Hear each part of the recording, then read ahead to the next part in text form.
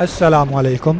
پیش خدمت ہے عمران سیریز لا ہوتی آواز، دوسرا اور آخری حصہ۔ ذہن جھنجھنا اٹھا، بے خبری میں کیا ہوا، اور اسے نہ صرف فرش پر لے گیا تھا بلکہ اس سے قبل کہ وہ اپنا بچاؤ کر سکتا۔ سر بھی فرش سے جا ٹکرایا تھا۔ حواس چند ہی لمحوں کے لیے معطل ہوئے تھے، مگر پھر اسے سنبھلنے میں دیر بھی نہ لگی۔ وہ سر کے بل کلا بازی کھا کر دوسری طرف گیا اور دوسرا کیا جانے والا وار فرش پر بڑھا۔ تیسری کلا بازی لگا کر عمران اٹھ کھڑا ہوا تھا۔ اب بار ٹینڈر اور حملہ آور دونوں ہی اس کے سامنے تھے۔ حملہ آور ایک دراز قامت آدمی تھا، جسیم تھا اور صورت سے خطرناک نظر آتا تھا۔ اس کے ہاتھ میں ربڑ کا رول تھا، اسی سے اس نے عمران پر وار کیے تھے۔ زندہ نہیں چھوڑوں گا، رول والا گرایا۔ میں زندہ رہنا بھی نہیں چاہتا، جواباً عمران نے کہا، پھر سر جھٹکتے ہوئے بولا، یہ پہلا موقع ہے کہ میں نہ صرف ناکام رہا بلکہ پکڑا بھی گیا ہوں۔ تو گویا تم ہمیں یہ باور کرانا چاہتے ہو کہ تم چور ہو۔ نہیں، میں چور کا باپ مور ہوں، عمران نے سرد لہجے میں کہا۔ میرا کام ہی جاری جیسے چوروں سے اپنا حصہ حاصل کرنا ہے، اور پھر بھی یہ سمجھتے ہو کہ تم یہاں سے زندہ نکل سکو گے۔ زندہ یا مردہ نکل تو بہرحال جاؤں گا ہی، تم کیا بگاڑ لو گے؟ ہاں، عمران نے کہا، لہجہ تاؤ دلانے والا تھا۔ جیمسن سنبھالو، رول والے نے بارٹینڈر سے کہا، اور وہ دونوں دو اطراف میں بٹ کر اس کی طرف بڑھنے لگے۔ جیمسن نے اب ایک بڑا سا چاقو کھول لیا تھا۔ ذرا دھیان سے آگے بڑھو پیارے، عمران نے کہا، کہیں شیشے کی کرچیاں نہ چپ جائیں۔ شٹ اپ، رول والا گرایا، اور اسی لمحے جیمسن نے عمران پر چھلانگ لگا دی۔ عمران اپنی جگہ جمع کھڑا تھا۔ جیسے ہی جیمسن قریب پہنچا، اس نے جیمسن کے چاقو والے ہاتھ کو کلائی پر روک کر تھپکی دی، اور دوسرے ہی لمحے وہ منہ کے بل فرش سے جا ٹکرایا۔ پھر عمران کی ٹھوکر اس کے جبڑے پر پڑی اور وہ کراہ کر دوسری جانب لٹ گیا۔ اس کے چہرے کا بھرتا بن گیا تھا۔ رول والے نے رول کو گھمانا شروع کر دیا تھا، مگر اس سے قبل کہ وہ اسے عمران پر پھینک مارتا، عمران کا ہاتھ ریک کی طرف بڑھا اور دوسرے ہی لمحے پھینکی جانے والی شراب کی بوتل رول والے کے سر پر پڑی اور وہ لڑکھڑا گیا۔ بس پھر عمران اسے سنبھلنے کا موقع کب دیتا؟ چند ہی لمحوں میں اس نے رول والے کو بھی فرش پر لٹا دیا۔ کچھ دیر سانسیں درست کرتا رہا، پھر اس نے بار کاؤنٹر کے پارٹیشن سے جھانکا۔ کاؤنٹر پر کوئی نہیں تھا، مگر وہ اس راستے سے آسانی سے نہیں نکل سکتا تھا۔ وہ واپس پلٹا اور ان کی تلاشی لینے لگا۔ بار ٹینڈر کی جیب سے کچھ نہ نکلا، البتہ رول والے کی جیبوں سے دو چیزیں ایسی نکلیں جو عمران کے چونکنے کا باعث بنی تھیں۔ ایک پلاسٹک کا چوکور ٹکڑا جس پر بگ 3 کے الفاظ تحریر تھے، اور دوسرا ایک پرچہ جس پر ایک پتہ نوٹ کیا ہوا تھا۔ عمران نے دونوں چیزیں اپنی جیب میں رکھ لیں اور حال کا جائزہ لینے لگا۔ بالکل آخر میں اسے ایک دروازہ نظر آیا تھا۔ یہ دروازہ عقبی راہداری کی طرف نکل رہا تھا۔ عمران پلٹا اور رول والے کو اٹھا کر اسی طرف بڑھنے لگا۔ عقبی راہداری میں دو طرفہ کمرے بنے ہوئے تھے۔ اس نے رول والے کو ایک طرف ڈالا اور کمروں کا جائزہ لینے لگا۔ یہاں تقریباً ہر کمرہ خالی پڑا تھا۔ اس نے کمرہ منتخب کیا اور رول والے کو اٹھا کر اس میں لے گیا۔ پھر دروازہ بند کر کے اس نے کھڑکی کے پردے کی رسی نکال کر اس کے دونوں ہاتھ اور پیر باندھ کر اسے فرش پر ڈال دیا۔ پھر باتھ روم سے پانی لایا اور اس کے چہرے پر چھینٹے دینے لگا۔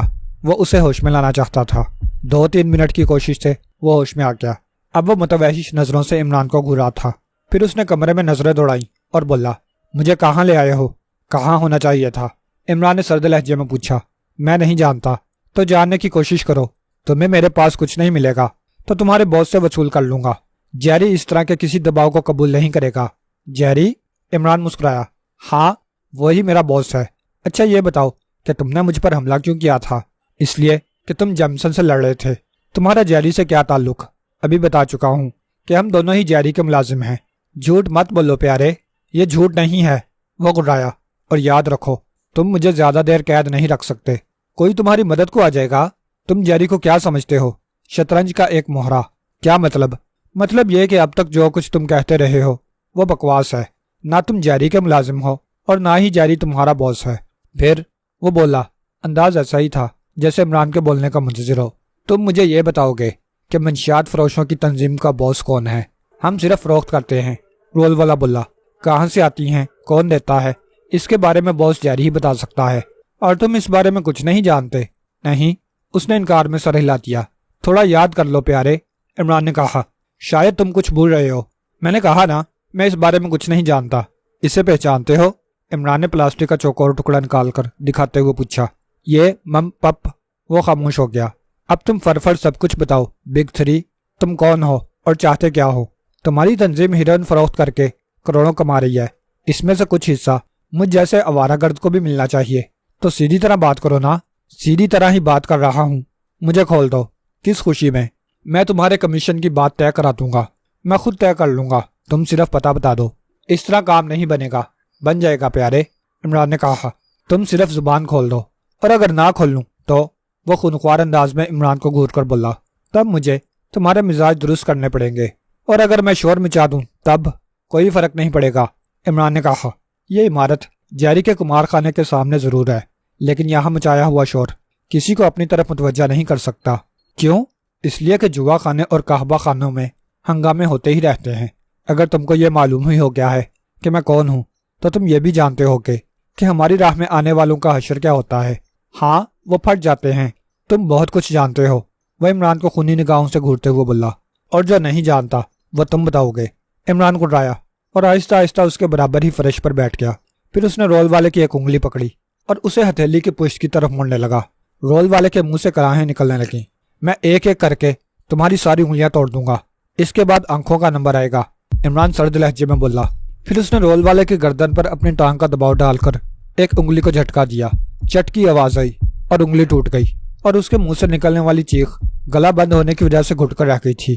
پھر چند لمحوں کے تشدد کے بعد وہ عمران کے سوالوں کے جواب دیتا چلا گیا۔ وہ سب سکتے کی اسی کیفیت میں تھے۔ اس سے قبل محکمے کی عمارت میں اس قسم کا کوئی واقعہ ظہور پذیر نہ ہوا تھا۔ لاش کے ٹکڑے فیاض کے کمرے سے صاف کرا دیے گئے تھے، اور فیاض نے اپنا لباس بھی بدل دیا تھا۔ رحمان صاحب نے اس کو اتنا موقع دیا تھا کہ وہ نہ صرف لباس تبدیل کر لے بلکہ اپنے حواس بھی درست کر لے۔ فیاض نے موقع سے فائدہ اٹھایا تھا اور گھر جا کر نہ صرف لباس بدلا تھا بلکہ کافی کے کئی کپ بھی چڑھائے تھے۔ پھر مارا مارا آفس آ گیا کیونکہ رحمان صاحب اس کے منتظر تھے۔ ان دنوں رحمان صاحب کافی رات تک دفتر میں بیٹھ رہے تھے۔ بہت اہم رپورٹیں ان کے پاس تھیں جن کا مطالعہ کر کے اپنی رائے صدر مملکت کو روانہ کرنی تھیں، اور یہ رپورٹیں قومی سلامتی سے متعلق ایک الجھے ہوئے مسئلے کے بارے میں تھیں۔ یہی وجہ تھی کہ آج بھی وہ اس وقت دفتر میں موجود تھے۔ اس وقت فیاض ان کے سامنے بیٹھا ہوا تھا۔ ہاں، اب بتاؤ یہ سب کیا تھا اور مرنے والا کون تھا؟ رحمان صاحب نے اسے بیٹھنے کا اشارہ کرتے ہوئے پوچھا۔ وہ سن ڈپارٹمنٹل سٹور کا ایک ملازم تھا جناب۔ تم اسے گرفتار کر کے لائے تھے؟ جی نہیں، اس نے خود درخواست کی تھی کہ میں اسے یہاں لے آؤں۔ وجہ؟ رحمان صاحب نے پوچھا۔ تمہارے روز نامچے میں درج ہے کہ تم وہاں پر کسی چوری اور قتل کی تحقیقات کے لیے گئے تھے۔ جی ہاں، فیاض نے سارے واقعات بتلاتے ہوئے کہا۔ واپسی پر اس نے مجھ سے درخواست کی تھی کہ میں اسے ساتھ لے چلوں، وہ مجھے بہت اہم باتیں بتائے گا۔ پھر اس نے کیا بتایا؟ کوئی خاص بات نہیں جناب، فیاض نے کہا۔ اس نے کسی آسیب کی بے سروپا کہانی مجھے سنائی تھی۔ آج کے سائنسی دور میں کوئی بھی اس پر یقین نہیں کر سکتا۔ کہانی کیا تھی؟ اس کا کہنا یہ تھا کہ اس نے ایک لڑکی کو لفٹ دی تھی اور وہ آسیب نکلی۔ فیاض نے مقتول کیشیئر کا بیان دہراتے ہوئے کہا۔ اور تم نے اس پر یقین نہیں کیا تھا؟ جی نہیں، فیاض نے کہا۔ اب خود سوچئے جناب، اس سائنسی دور میں ایسی کسی کہانی پر کس حد تک یقین کیا جا سکتا ہے، اس کے باوجود کہ اس نے ہیروئن کی تقسیم میں ملوث ہونے کا اقرار کیا تھا؟ مگر کوئی ثبوت تو نہیں تھا جناب۔ ثبوت اب تو مل گیا؟ جی ہاں، فیاض اکلایا۔ سان ڈپارٹمنٹل سٹور کے کاسمیٹکس کے سٹال نمبر 6 کی تلاشی لی۔ میں نے ایک انسپیکٹر کو روانہ کیا تھا، اس نے وہاں انکوائری کی ہے۔ رپورٹ؟ جس جگہ کے بارے میں کیشیئر نے بتایا تھا وہاں ایک بھاری مشین کے رکھے رہنے کا ثبوت مل گیا ہے، اور وہاں دیوار گرد سیف میں سے ہیروئن کے کچھ ذرے بھی ملے ہیں۔ بقیہ اسٹاف کا کیا کیا؟ وہ سب لاک اپ میں ہیں۔ کیا وہ سب اس میں ملوث ہیں؟ کچھ نہیں کہہ سکتا جناب، وہ ملوث ہو بھی سکتے ہیں اور نہیں بھی۔ رحمان صاحب نے ہنکارا بھرا۔ اور کیا بتایا تھا اس نے؟ میں نے اس کا سارا بیان ٹیپ کر لیا ہے جناب۔ ٹیپ منگوا لو، میں سنوں گا۔ جی اچھا، فیاض نے کہا۔ پھر فون پر اپنے ایک ماتحت کو ٹیپ لانے کی ہدایت دی اور ریسیور رکھ کر سعادت مندی سے رحمان صاحب کو گھورنے لگا۔ یہ مسئلہ اب کچھ زیادہ ہی الجھ گیا ہے جناب، فیاض نے کہا، اور رحمان صاحب چونک پڑے۔ چند لمحے وہ فیاض کو گھورتے رہے، پھر پوچھا، وہ کیسے؟ کیا کوئی نئی بات ہوئی ہے؟ جی ہاں، اس سے قبل اسی سٹور کا ایک آدمی گل خان بھی ٹکڑوں میں بٹ چکا ہے، فیاض نے کہا۔ ہاں، تم ابھی بتا چکے ہو۔ وہاں سے جن 2 مشکوک آدمیوں کے حلیے ملے ہیں ان میں سے ایک حلیہ عمران پر فٹ ہو جاتا ہے۔ ایک ویٹر نے انہیں جاتے ہوئے دیکھا تھا اور انہوں نے اپنے جسموں کو چھپانے کے لیے چادریں لپیٹ رکھی تھیں۔ تمہارا مطلب یہ ہے کہ جس وقت گل خان پھٹا عمران وہاں موجود تھا؟ قرائن سے یہی ظاہر ہوتا ہے جناب۔ عمران کی تصویر دکھا کر شناخت کراؤ، میں نے انسپیکٹر پرویز کو بھیجا ہوا ہے۔ اگر وہ اس میں ملوث ہے تو کسی رعایت کی ضرورت نہیں۔ رحمان صاحب نے فیاض کو دیکھتے ہوئے سرد لہجے میں کہا۔ آپ جانتے ہیں جناب کہ وہ سر سلطان کے لیے کام کرتا ہے۔ ہاں، مگر تم ان کی فکر مت کرو۔ اگر اس پر شبہ ہے تو تحقیقات کرو اور اسے لاک اپ کرو۔ سر سلطان کو میں دیکھ لوں گا۔ لیکن دوسری پریشانی بھی ہے۔ وہ کیا ہے؟ عمران X2 اور سیکرٹ سروس کے لیے بھی کام کرتا ہے۔ اگر انہوں نے مداخلت کی تو فیاض کا لہجہ ایسا ہی تھا جیسے عمران کے مقابلے میں اپنی بے بسی کا اعتراف کر رہا ہو۔ کیا بکواس ہے، رحمان صاحب جلا کر بولے۔ اگر عمران کے خلاف چارج ہے تو تم اسے فکس اپ کرو، کسی کی فکر کرنے کی کیا ضرورت ہے؟ کیا میں یہاں مکھیاں مارنے بیٹھا ہوں؟ جی اچھا۔ فیاض ایک دم ہی نروس ہو گیا۔ وہ ٹیپ نہیں آئی ابھی تک؟ رحمان صاحب نے پوچھا۔ معلوم کرتا ہوں، فیاض نے کہا، اور پھر اٹھنا ہی چاہتا تھا کہ باہر سے کسی نے اندر آنے کی اجازت طلب کی، اور رحمان صاحب کے یس کہنے پر وہ اندر آ گیا۔ یہ ایک انسپیکٹر تھا۔ لاؤ ٹیپ کہاں ہے؟ فیاض نے پوچھا۔ ٹیپ نہیں ملا جناب۔ کیا بکواس ہے؟ فیاض گڑرایا۔ میرے ٹیپ ریکارڈر میں ہوگا، اچھی طرح تلاش کر لیا جناب، مگر وہاں ٹیپ نہیں ہے، ریکارڈر کا خانہ خالی ملا ہے۔ انسپیکٹر نے جلدی بتایا۔ یہ کیسے ہو سکتا ہے؟ فیاض بڑبڑایا۔ میں نے خود اس کا بیان لینے سے قبل نیا ٹیپ ریکارڈر پر لگایا تھا۔ چوکیدار کا بیان ہے کہ کمرے کی صفائی کے بعد ایک آدمی اندر دوائی چھڑکنے گیا تھا۔ کون تھا وہ؟ فیاض نے چونک کر پوچھا۔ اس بارے میں کوئی کچھ نہیں بتا سکا جناب، انسپیکٹر نے کہا۔ کمرے میں دوائی چھڑکی ہوئی ہے؟ جی نہیں۔ جاؤ اسے تلاش کرو، یقینی طور پر وہی ٹیپ اڑا کر لے گیا ہے، رحمان صاحب نے کہا، اور انسپیکٹر سلوٹ کر کے کمرے سے نکل گیا۔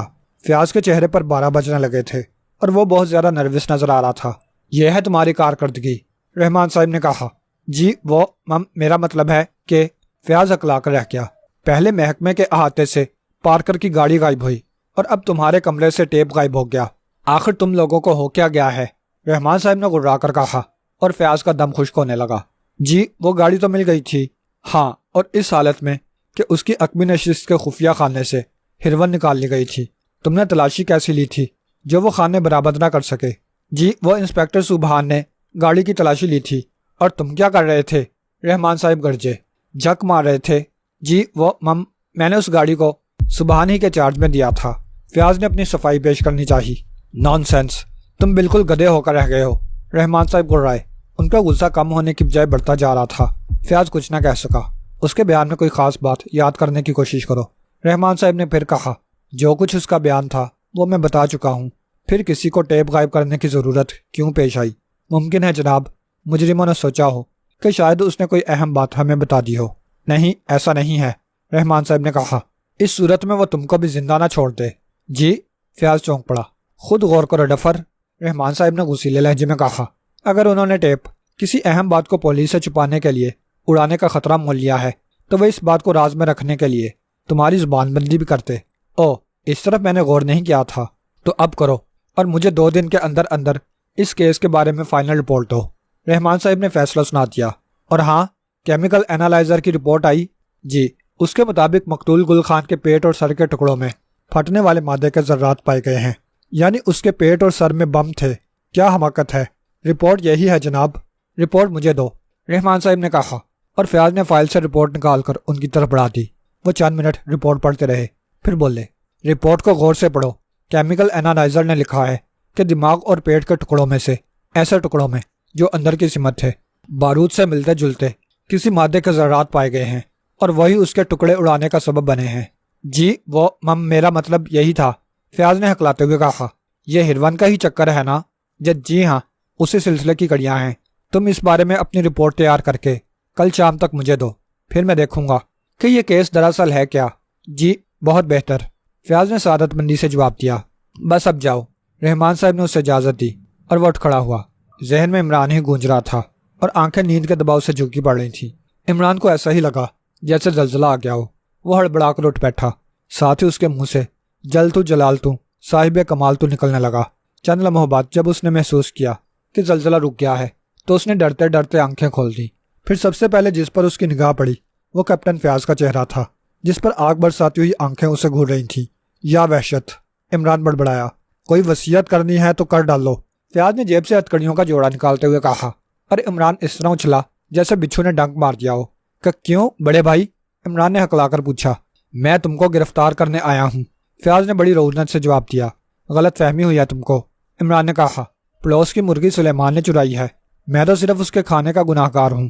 بکو مت، فیاض خشک لہجے میں بولا۔ ہائی یہ دستور زبان بندی ہے کیسا تیری محفل میں؟ عمران نے مصرع پڑھا۔ اس بار تم بچ نہیں سکتے عمران، بری طرح سے پھنسے ہو۔ مگر کیسے پھنسا سپر فیاض؟ ہپ! دفتن عمران نے اپنا منہ بھینچ لیا۔ جیل کی 4 دیواری میں یہ سب شوخیاں ہوا ہو جائیں گی۔ جیل؟ مگر میں جیل نہیں جانا چاہتا، ہر قاتل یہی کہتا ہے۔ قاتل؟ عمران نے خوفزدہ لہجے میں دہرایا۔ ہاں قاتل، تم ہی گل خان کے قاتل ہو، کسی دشمن نے اڑائی ہوگی، میرے پاس ثبوت موجود ہیں۔ ہوائی ہوں گے سور۔ ہپ سپر فیاض، تمہیں کئی آدمیوں نے کمرے سے نکلتے دیکھا ہے۔ فیاض نے کہا۔ تمہارے ساتھ ایک آدمی اور تھا اور تم دونوں چادریں لپیٹے ہوئے تھے۔ مگر یقین کرو سپر، عمران نے کہا، تو تم کو فلط فہمی، میرا مطلب یہ طلت نہمی نہیں، یعنی غلط فہمی۔ ہاں تم کو غلط فہمی ہوئی ہے پیارے۔ عمران، اس بار تمہارا بچ جانا ایک معجزہ ہوگا، فیاض نے کہا۔ کیبرے کلب سے نکلتے ہوئے کئی افراد نے تم کو دیکھا ہے، خواب میں دیکھا ہوگا پیارے۔ عمران بستر سے اٹھتا ہوا بولا۔ کہاں چلے؟ جہاں جا رہا ہوں وہاں تم کو ساتھ نہیں لے جا سکتا، تم نامحرم ہو، عمران نے کہا اور باتھ روم کی طرف بڑھ گیا۔ فیاض جھیم گیا۔ چند منٹ بعد وہ باتھ روم سے باہر نکل آیا، پھر تولیے سے چہرہ صاف کرتے ہوئے چلایا، سلیمان، او سلیمان کے بچے، جلدی آ۔ جی صاحب، سلیمان نے کمرے میں آ کر کہا۔ ابھی بچوں کو ویزا نہیں ملا صاحب، تو نے درخواست دی تھی، آپ نے لکھی ہی کب ہے؟ سلیمان نے بے چارگی سے کہا۔ 2 سال سے سر ہو رہا ہوں صاحب کہ درخواست لکھ دیں تاکہ بیک وقت 2 اور کر لوں۔ ہائیں، ابے 1 کب کی ہے؟ عمران آنکھیں نکال کر بولا۔ جب آپ نے ولیمہ کھایا تھا۔ میں نے کب ولیمہ کھایا ہے بے؟ عمران اسے گھورتے ہوئے بولا۔ جب میری شادی ہوئی تھی۔ اچھا، عمران نے اس انداز میں کہا جیسے بات اب سمجھ آئی ہو۔ کیوں بلایا تھا صاحب؟ سلیمان نے پوچھا۔ کیوں بلایا تھا؟ عمران نے دہرایا۔ سوچنا پڑے گا، اب ختم کرو یہ حماقتیں، فیاض جلا کر بولا۔ او ہاں یاد آ گیا، عمران نے جلدی سے کہا۔ میرے لیے ناشتہ اور کیپٹن صاحب کے لیے ٹھنڈا پانی لاؤ، جلدی۔ بہتر صاحب، سلیمان نے بڑی سعادت مندی سے کہا اور کمرے سے نکل گیا۔ ہاں سپر، اب بتاؤ کیسے ہو؟ بال بچے ٹھیک ہیں؟ بھابھی راضی خوشی ہیں؟ کہو تو طلاق کا مسئلہ کھڑا کروں، عمران نے اس انداز میں کہنا شروع کیا جیسے کسی بچھڑے ہوئے عزیز سے ملاقات ہوئی ہو۔ عمران کے بچے، ہوش میں آ جاؤ، فیاض دانت پیستے ہوئے گرایا۔ ہوش وہاں سے شروع ہوتا ہے سپر جہاں بے ہوشی ختم ہوتی ہے، عمران نے خالص درویشانہ انداز میں کہا۔ تو تم ایسے نہیں مانو گے، فیاض نے کہا اور ہتھکڑی کی چابی نکال کر کفل میں لگائی اور اسے کھول کر عمران کی کلائی پکڑنے لگا۔ ٹچ می ناٹ، عمران لچک کر بولا اور فیاض کا چہرہ سرخ ہو گیا۔ کیا تم یہ چاہتے ہو کہ میں پولیس کی نفری یہاں بلاؤں؟ میرے استقبال کے لیے تم خود ہی کافی ہو، پھر سنجیدگی اختیار کرو۔ اچھا تو کر لی سنجیدگی اختیار، عمران نے کہا۔ تم کیبرے کلب میں گل خان کے کمرے میں گئے تھے، پہلے یہ بتاؤ کہ تمہارا شان نزول کیا ہے؟ جس طرح گل خان کا جسم پھٹا تھا اسی طرح کل رات میرے کمرے میں سن ڈپارٹمنٹل اسٹور کے کاسمیٹکس کے سٹال نمبر 6 کے کیشیئر کا جسم پھٹا تھا۔ اس کے علاوہ 2 حادثات اور اسی قسم کے ہوئے ہیں۔ تم اسے آفس لے گئے تھے؟ ہاں، اس نے خود ہی فرمائش کی تھی کہ میں اسے دفتر لے چلوں، وہ مجھے کچھ بتانا چاہتا تھا اس لیے میں اسے لے گیا تھا۔ پھر اس نے کیا بتایا؟ کچھ نہیں، ایک ماورائی کہانی سنائی تھی۔ کیا مطلب؟ اس کے بیان کے مطابق اسے یہ جرائم کرانے والی ہستی ایک آسیب ہے، غالباً یہ 20ویں صدی ہے۔ سنتے جاؤ، بولو مت، فیاض جلا کر بولا۔ اس کا کہنا یہ ہے کہ وہ آسیب جب اس سے کوئی کام کرانا چاہتا ہے تو ایک لاہوتی آواز اسے حکم دیتی ہے اور اسے وہ کام ہر حالت میں کرنا پڑتا ہے۔ کیا تم بھوت پریت پر یقین رکھتے ہو؟ نہیں، مگر اس چکر کو اس نے آسیبی ہی ثابت کرنے کی کوشش کی ہے۔ تمہارا اشارہ کیشیئر کی طرف ہے؟ ہاں، مرنے سے چند لمحے قبل اس آسیب نے اسی لاہوتی آواز میں اس سے کہا تھا کہ اس کی زندگی اب صرف 2 منٹ کی رہ گئی ہے، اور 2 منٹ بعد کیا وہ پھٹ گیا تھا؟ ہاں، ٹھیک 2 منٹ بعد اس کا جسم ٹکڑوں میں بٹ گیا تھا۔ اس نے کوئی بیان دیا تھا؟ یہ بھی ایک مسئلہ ہے، فیاض نے کہا۔ میں نے اس کا سارا بیان ٹیپ کر لیا تھا، مگر اس کے پھٹ جانے والے ہنگامے میں کسی نے وہ ٹیپ پار کر لی۔ اس کا مطلب ہے مجرموں کا کوئی آدمی وہاں موجود ہے، یہی سوچا جا سکتا ہے۔ مگر کیس ہے کیا؟ میری خود سمجھ میں نہیں آیا، فیاض نے کہا۔ چند دن قبل ایک غیر ملکی کی لاش ملی تھی۔ تمہارا اشارہ پارکر کی طرف ہے؟ ہاں، اس کی کار دفتر کے احاطے سے چوری ہو گئی تھی، پھر کل ٹیپ کو اڑا لے گیا۔ یہ دونوں ایک ہی سلسلے کی کڑیاں ہیں۔ یہ کیسے کہہ سکتے ہو؟ اس نے اعتراف کیا تھا کہ وہ ہیروین کی تقسیم کے سلسلے سے منسلک ہے اور اس کا باعث وہی آسیب بنا ہے، فیاض نے کہا، اور مرنے والے کیشیئر کا بیان جتنا اسے یاد تھا بتاتا چلا گیا۔ اس مشین کے بارے میں بھی بتا دیا جسے عمران گزشتہ رات جیری کے کمار خانے میں دیکھ چکا تھا۔ کچھ اسی قسم کے آسیب کی کہانی اس آدمی نے بھی سنائی تھی جسے عمران بارٹینڈر کے پاس سے اٹھا کر دوسرے کمرے میں لے گیا تھا۔ پھر وہ آدمی بھی اسی وقت پھٹ گیا تھا جب عمران بارٹینڈر کی طرف واپس آیا تھا۔ اس کا ارادہ یہ تھا کہ وہ بارٹینڈر سے بھی معلومات حاصل کرے گا، پھر دوسرے آدمی کو اغوا کر کے لے آئے گا، مگر اس کے پھٹ جانے کے بعد اس کا منصوبہ جہاں کا تہاں رہ گیا اور اس نے عافیت اسی میں جانی کہ سب کچھ چھوڑ چھاڑ کر چلائے۔ ہر طرف سے اسے آسیب اور لاہوتی آواز کی کہانی سننے کو ملی تھی، مگر وہ اسے آسیبی چکر سمجھنے کے لیے تیار نہ تھا، اور نہ ہی لاہوتی آواز کو مافوق الفطرت یا ماورائی چیز۔ وہ رات کو بھی یہی سوچتے ہوئے سو گیا تھا کہ جسم کس طرح سے پٹ جاتے ہیں۔ یہ مسئلہ اگر حل ہو جاتا تو کیس صاف ہو جاتا۔ سارا چکر ہیروئن کی تقسیم کا تھا، اور جو لوگ اس کے ذمہ دار تھے انہوں نے پولیس سے بچنے کی خاطر کسی طریقے سے لوگوں کو اپنا یعنی آسیب کا متی کر کے ایجنٹ کے طور پر استعمال کرنا شروع کر دیا تھا۔ اس طرح اگر وہ پکڑے جاتے تو وہ اپنے نامعلوم باس کی نشاندہی نہیں کر سکتے تھے۔ دوسری طرف ان کا باس ان کی زندگیاں ایک دھماکے سے ختم کر سکتا تھا، اور ہیروئن کی تقسیم کا یہ جدید طریقہ تھا۔ پھر ان کے گاہک بھی بہت معزز اور امیر لوگ تھے، اور ان مشینوں میں باقاعدہ ان کے نام کا اندراج تھا اور نمبر الاٹ کیے ہوئے تھے، اور یہ سارا سیٹ اپ اس بات کو ظاہر کر رہا تھا کہ یہ ایک آدمی کے ذہن کی پیداوار نہیں ہے، کئی ذہین دماغ اس کے پیچھے ہیں، اور ان میں سائنسدان تک شامل ہیں، اور ایسی تنظیم معمولی نہیں ہو سکتی تھی۔ یقینی طور پر ان کے ہاتھ بہت لمبے تھے۔ اس کا مطلب یہ ہوا کہ پارکر، گل خان اور سن ڈپارٹمنٹل اسٹور کا کیشیئر ان تینوں کی موتوں کا ذمہ دار ہیروئن کی فروخت کرنے والا گروہ ہے۔ ہاں، اس کے علاوہ اور کیا سوچا جا سکتا ہے؟ مگر تم میرے پاس کیسے آئے تھے گل خان کے سلسلے میں؟ جب وہ پھٹا اس وقت تم ایک دوسرے آدمی کے ساتھ اس کے کمرے میں موجود تھے۔ کوئی ثبوت ملا ہے؟ ایک ویٹر نے تم کو دیکھا ہے؟ بالفرض میں یہ تسلیم کر لوں کہ میں کیبرے کلب میں تھا، تو تم یہ کیسے کہہ سکتے ہو کہ میں گل خان کے کمرے میں بھی گیا تھا؟ تم وہاں سے چادریں لپیٹ کر فرار ہوئے تھے، فیاض نے کہا، اور یہ ایسا اس لیے کیا تھا کہ گل خان کے پھٹنے کے بعد اس کے جسم کے ٹکڑوں نے تمہارے لباس کو داغدار کیا ہوگا، اور انہیں چھپانے کا اس سے بہتر طریقہ اور کیا ہو سکتا تھا کہ تم اوپر سے چادر لپیٹ لو۔ اندازہ اچھا لگا لیتے ہو، عمران نے کہا۔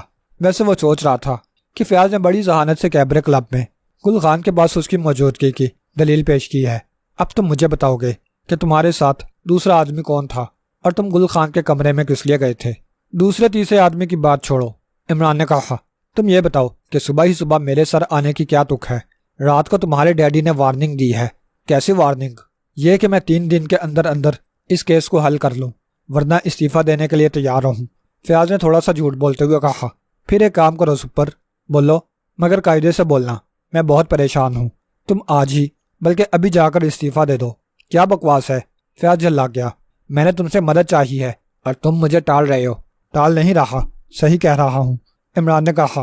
جو مجرم اتنے ذہین اور چالاک ہوں کہ ان کا ہر وہ آدمی جو پولیس کی نظروں میں آ جائے ایک عجیب موت کا شکار ہو جاتا ہے، کیا وہ 2-3 دن میں پکڑا جا سکے گا؟ مگر تمہارے ڈیڈی کو کون سمجھائے؟ بس اس کا ایک ہی طریقہ ہے کہ تم اپنا استعفیٰ ٹائپ کرا کر جیب میں رکھ لو۔ میرا دماغ خراب نہیں ہوا، ہو جائے گا، عمران نے کہا۔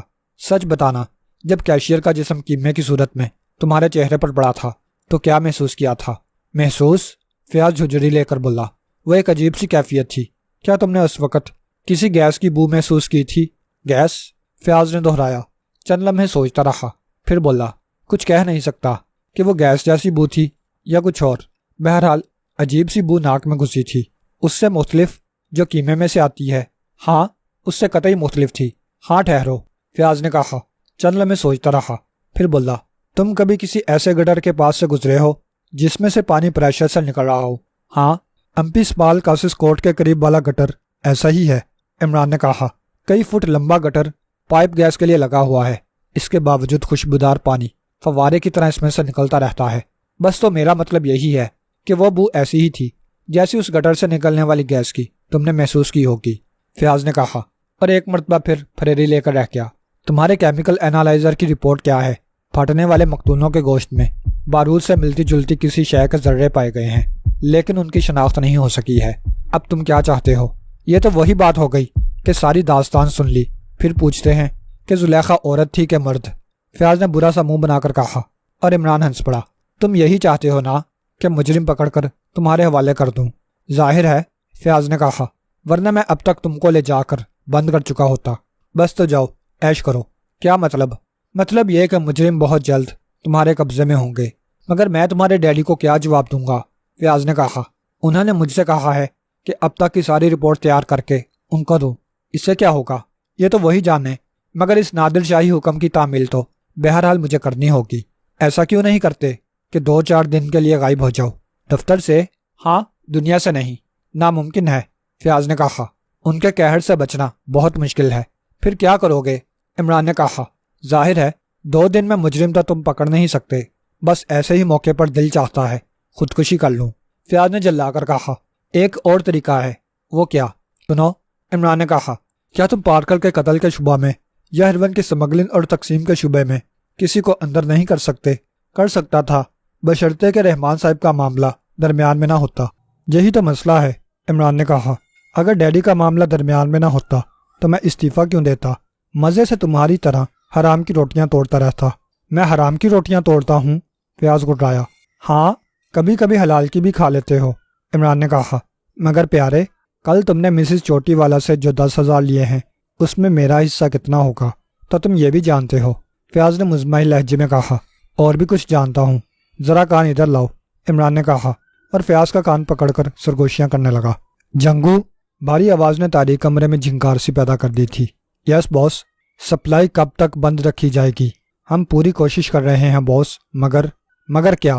وہ باس، وہ کچھ زیادہ ہی خوش قسمت واقع ہوا ہے اور تم لوگ بدقسمت، اسی آواز نے کہا۔ اگر میں نے تمہاری بدقسمتی پر مہر ثبت کر دی تو کیا ہوگا باس؟ ہم اسے اب تک صرف ایک بار ہی گھیر سکے تھے اور اس کے باوجود ناکام رہے۔ وہ بے حد چالاک اور فتویٰ پرور انسان ہے باس۔ اس سے پہلے تم اسے احمق گردانتے رہے ہو۔ غلطی ہو گئی تھی باس۔ اگر آپ بھی اسے دیکھیں گے تو پہلی نظر میں وہ گاؤڈی اور احمق ہی نظر آئے گا۔ اگر میں بھی اسی طرح سے لوگوں کو سمجھنے لگوں تو بہت جلد جیل کی کوٹری میرا مقدر بن جائے گی، اسی آواز نے کہا۔ کتنے شرم کی بات ہے کہ ایک احمق سے آدمی کی وجہ سے پورا ریکٹ بیکار ہو کر رہ گیا ہے۔ پھر باس، آپ کا کیا حکم ہے؟ کیا اس طرح تم اپنی ناکامی کا اعتراف کر رہے ہو؟ اس معاملے میں فی الحال ہم بے بس ہیں باس۔ اب مجھے اس بارے میں سوچنا پڑے گا، اسی آواز نے کہا۔ تمہاری ناکامی کے بعد اب مجھے خود آگے آنا پڑے گا، یہ ہمارے لیے باعث شرم ہوگا باس۔ ہشت، آگے آنے کا مطلب یہ نہیں ہے کہ میں خود سامنے آؤں گا۔ پھر باس، اب میں خود پلاننگ کروں گا اور اس پر عمل درآمد تم کرو گے۔ ٹھیک ہے باس، جنگو نے کہا۔ میں اپنی جان لڑا دوں گا باس۔ جان نہیں، عقل استعمال کرنے کی ضرورت ہے۔ بہتر باس، جنگو نے سر جھکا لیا۔ نیا مہمان کیا کہتا ہے؟ وہ پارکر کے سلسلے میں آیا ہے۔ اسی آواز نے کہا۔ اسے اندر بھیج دو اور خود بھی حال میں موجود رہو۔ باس، کیا اس کا بھی صفایا کر دیں؟ احمقانہ پن کی باتیں مت کیا کرو، اسی آواز نے درست لہجے میں کہا، اور جنگو کام کر رہ گیا۔ اس نے خاموشی سے سر جھکا لیا تھا۔ جاؤ اور اسے اندر بھیج دو۔ جنگو خاموشی سے مڑا اور دروازے کی طرف بڑھتا چلا گیا۔ چند منٹ بعد وہ دوبارہ حال میں آیا تو وہ انگریز اس کے ساتھ تھا۔ انگریز کے جسم پر قیمتی سوٹ تھا، چہرے سے وہ ایک چالاک اور سنگدل انسان نظر آتا تھا۔ وہ خاموشی سے جنگو کی ہدایت پر آگے بڑھ کر اس کرسی پر بیٹھ گیا جس کے اوپر روشنی کا حلہ پڑ رہا تھا۔ تم کون ہو اور ہم سے کیوں ملنا چاہتے تھے؟ دفعتاً وہاں وہی آواز گونجی، مگر اب اس کی آواز پہلے سے زیادہ سخت اور بھیانک پن تھی۔ میرا نام جان ولسن ہے اور میں مافیا کا نمائندہ ہوں، اس انگریز نے کھڑے ہو کر اپنا تعارف کرایا۔ اس کی متجسس نگاہیں آس پاس کا جائزہ لے رہی تھیں اور وہ یہ جاننا چاہ رہا تھا کہ بولنے والا حال کے کس کوشے میں ہے، مگر اسے ناکامی ہی ہوئی تھی۔ وہ دوبارہ گردن لٹکا کر کھڑا ہو گیا۔ کیا چاہتے ہو؟ پارکر واپس نہیں پہنچا۔ ہم نے معاہدے کے مطابق اسے رقم دے کر یہاں سے باحفاظت نکال دیا تھا۔ ہمارے آدمی پل تک اس کی حفاظت کرتے رہے ہیں مگر وہ منزل پر نہیں پہنچا، جان ولسن نے کہا۔ ہماری تحقیقات کے مطابق وہ یہاں سے نکلنے کے کچھ دیر بعد قتل کر دیا گیا تھا۔ قتل کرنے والا کون تھا اسی کے بارے میں تم سے پوچھ گچھ کرنے کے لیے مجھے بھیجا گیا ہے۔ جان ولسن، ہوش میں رہ کر بات کرو۔ میں ہوش میں ہوں اور مافیا کے نمائندے کی حیثیت سے تم کو مشورہ دے رہا ہوں کہ پارکر کے قاتل اور اس سے چھینی ہوئی رقم میرے حوالے کر دو۔ میں کہہ چکا ہوں کہ پارکر کا قتل میرے ریکٹ نے نہیں کیا، پھر کسی اور کو اس کے بارے میں کیا خبر کہ وہ کیا لے کر جا رہا تھا۔ مافیا کے بتیرے دشمن ہیں مگر کسی میں اتنی جرت نہیں کہ وہ اس کے کسی کارکن پر ہاتھ ڈال سکے۔ یہ مشرق ہے جان ولسن، یورپ نہیں ہے جہاں مافیا کا ہوا لوگوں پر سوار ہے۔ مشرق ہو یا مغرب، ہم ہر جگہ موجود ہیں اور یکساں کارروائیاں کرتے ہیں۔ میں اس بحث میں نہیں پڑنا چاہتا جان ولسن، اسی آواز نے کہا۔ میں صرف یہ جاننا چاہتا ہوں کہ اس ہفتے کا مال اب تک کیوں نہیں پہنچا۔ جب تک پارکر والا معاملہ صاف نہیں ہو جاتا سپلائی بند رہے گی۔ ہم اسے برداشت نہیں کر سکتے، مجبوری ہے، جان ولسن نے شانے اچکا کر کہا۔ اوپر سے یہی احکامات ملے ہیں اور ہم احکامات کی خلاف ورزی نہیں کرتے۔ میں صرف 2 دن اور اس بارے میں انتظار کروں گا۔ اور اس کے بعد؟ جان ولسن نے پوچھا۔ اس کا لہجہ موسیقی اڑانے والا تھا۔ اس کے بعد کم از کم اس ملک میں مافیا کا کوئی آدمی زندہ نظر نہیں آئے گا اور نہ ہی وہ یہاں کوئی کاروبار کر سکے گا۔ چیلنج کر رہے ہو؟ نہیں، بلکہ سمجھا رہا ہوں کہ اگر ہم دونوں میں ٹکراؤ ہوا تو مافیا سب سے زیادہ نقصان میں رہے گا اور وہ یہاں کبھی کاروبار نہیں کر سکیں گے۔ میں تمہارے خیالات اوپر پہنچا دوں گا، اور یہ بھی کہ مال کی سپلائی 2 دن میں شروع ہو جانی چاہیے۔ ٹھیک ہے، اب اصل موضوع پر آ جاؤ۔ کیا مطلب؟ مطلب یہ کہ پارکر کا معاملہ ختم کر دو۔ اس کے بارے میں تم کو کہہ چکا ہوں کہ اس کے قتل سے ہمارا کوئی بھی تعلق نہیں ہے، لیکن اس کی موت کا طریقہ کار تمہاری ہی طرف اشارہ کر رہا ہے۔ وہ کیسے؟ اسے زہریلے تیر سے ہلاک کیا گیا ہے، جان ولسن نے کہا، اور یہ طریقہ کار تمہارے ہی ریکٹ کی طرف اشارہ کرتا ہے۔ تم کو غلط فہمی ہوئی ہے جان ولسن، میرے ریکٹ میں کوئی ریڈ انڈین نہیں ہے۔ بھولے مت بنو، میرا مطلب اس پستول سے تھا جسے بلو پائپ کے طرز پر بنایا گیا ہے اور جس سے گولی کی بجائے چھوٹے چھوٹے زہریلے تیر نکلتے ہیں۔ تم لوگ چاہے یقین کرو چاہے نہ کرو، مگر میں تم سے کہہ چکا ہوں کہ پارکر کے قتل سے ہمارا کوئی تعلق نہیں ہے۔ اگر مزید تحقیقات کراؤ تو شاید اصل قاتل تمہارے سامنے آ جائیں۔ ٹھیک ہے، جان ولسن نے کہا، کیا مجھے اجازت ہے؟ تم جا سکتے ہو، کوشش کرنا کہ تمہارے اوپر والے مطمئن ہو جائیں اور کوئی تصادم نہ ہو اور سپلائی شروع ہو جائے۔ بہتر ہے، جان ولسن نے کہا، لیکن اس کی آنکھوں کی چمک کچھ اور ہی کہانی سنا رہی تھی۔ اس کے ہاتھوں کی مٹھیاں بار بار کھل اور بند ہو رہی تھیں۔ عمران کے جسم پر سیاہ چست لباس تھا، پیروں میں ربڑ سول کے جوتے تھے اور ہاتھوں میں چپک جانے والے دستانے۔ سیاہ لباس کے اوپر اس نے ایک ڈھیلا ڈھالا پرانا سا کوٹ پہنا ہوا تھا اور گلے میں ریشمی رومال بندھا ہوا تھا۔ اس کی آنکھیں سرخ اور متورم نظر آ رہی تھیں، جبکہ داہنے گال پر کان کی لو کے نیچے سے ماتھے تک ایک زخم کا نشان تھا، جیسے کسی چاقو نے ایک لمبی کاٹ کی ہو۔ انداز خطرناک اونڈے جیسا تھا، ہونٹوں میں ایک 3rd کلاس سگریٹ دبا ہوا تھا اور وہ بڑی تیزی سے کش لگا رہا تھا۔ یہ اور بات تھی کہ کش صرف دکھاوے کے لیے لگائے جا رہے تھے اور دھوئیں کی ایک رمک بھی اس کے حلق سے نہیں اترتی تھی۔ چوتھی سگریٹ سے لگا کر وہ پھاڑ کھانے والے انداز میں کچن کی طرف دیکھنے لگا۔ انداز ایسا ہی تھا جیسے اگر ویٹر فوراً ہی نمودار نہ ہوا تو وہ اسے ہی چیر پھاڑ کر رکھ دے گا۔ دوسرا منٹ گزرنے سے قبل ہی ویٹر آ موجود ہوا تھا۔ اس نے کھانے کی پلیٹیں میز پر لگانی شروع کر دیں۔ پلیٹیں ٹوٹی ہوئی تھیں، کسی کا کنارہ جھڑا ہوا تھا اور کسی میں درمیان سے چڑک جانے کا بال تھا۔ ابے اتنی دیر لگا دی، عمران خون خوار انداز میں گڑایا۔ تمہارے لیے اسپیشل چیز تیار کرا رہا تھا استاد، ویٹر نے برجستہ جواب دیا۔ مسکا لگاتا ہے؟ عمران پھر گڑایا۔ نہیں استاد، کھا کر دیکھو، اگر بات صحیح نہ نکلے تو ٹرنچ کر دینا۔ ویٹر نے ایک ہاتھ گلے پر پھیرتے ہوئے کہا اور عمران مسکرا دیا، پھر بولا، اچھا جا بھاگ جا، پینے کو کچھ لاؤں استاد؟ میں کھاتے وقت پیا نہیں کرتا، بعد میں۔ ابے سر پر کیوں سوار ہے، جا دفع ہو جا، عمران ہاتھ جھٹک کر بولا، اور ویٹر لاپرواہی سے آگے بڑھ گیا۔ کئی میزوں سے ہوتا ہوا وہ کاؤنٹر پر جا رکا۔ کون ہے؟ اندازہ لگایا؟ کاؤنٹر کلرک نے کپڑے سے کاؤنٹر صاف کرتے ہوئے دبے دبے لہجے میں سرگوشی کی۔ کوئی استاد ہی لگتا ہے۔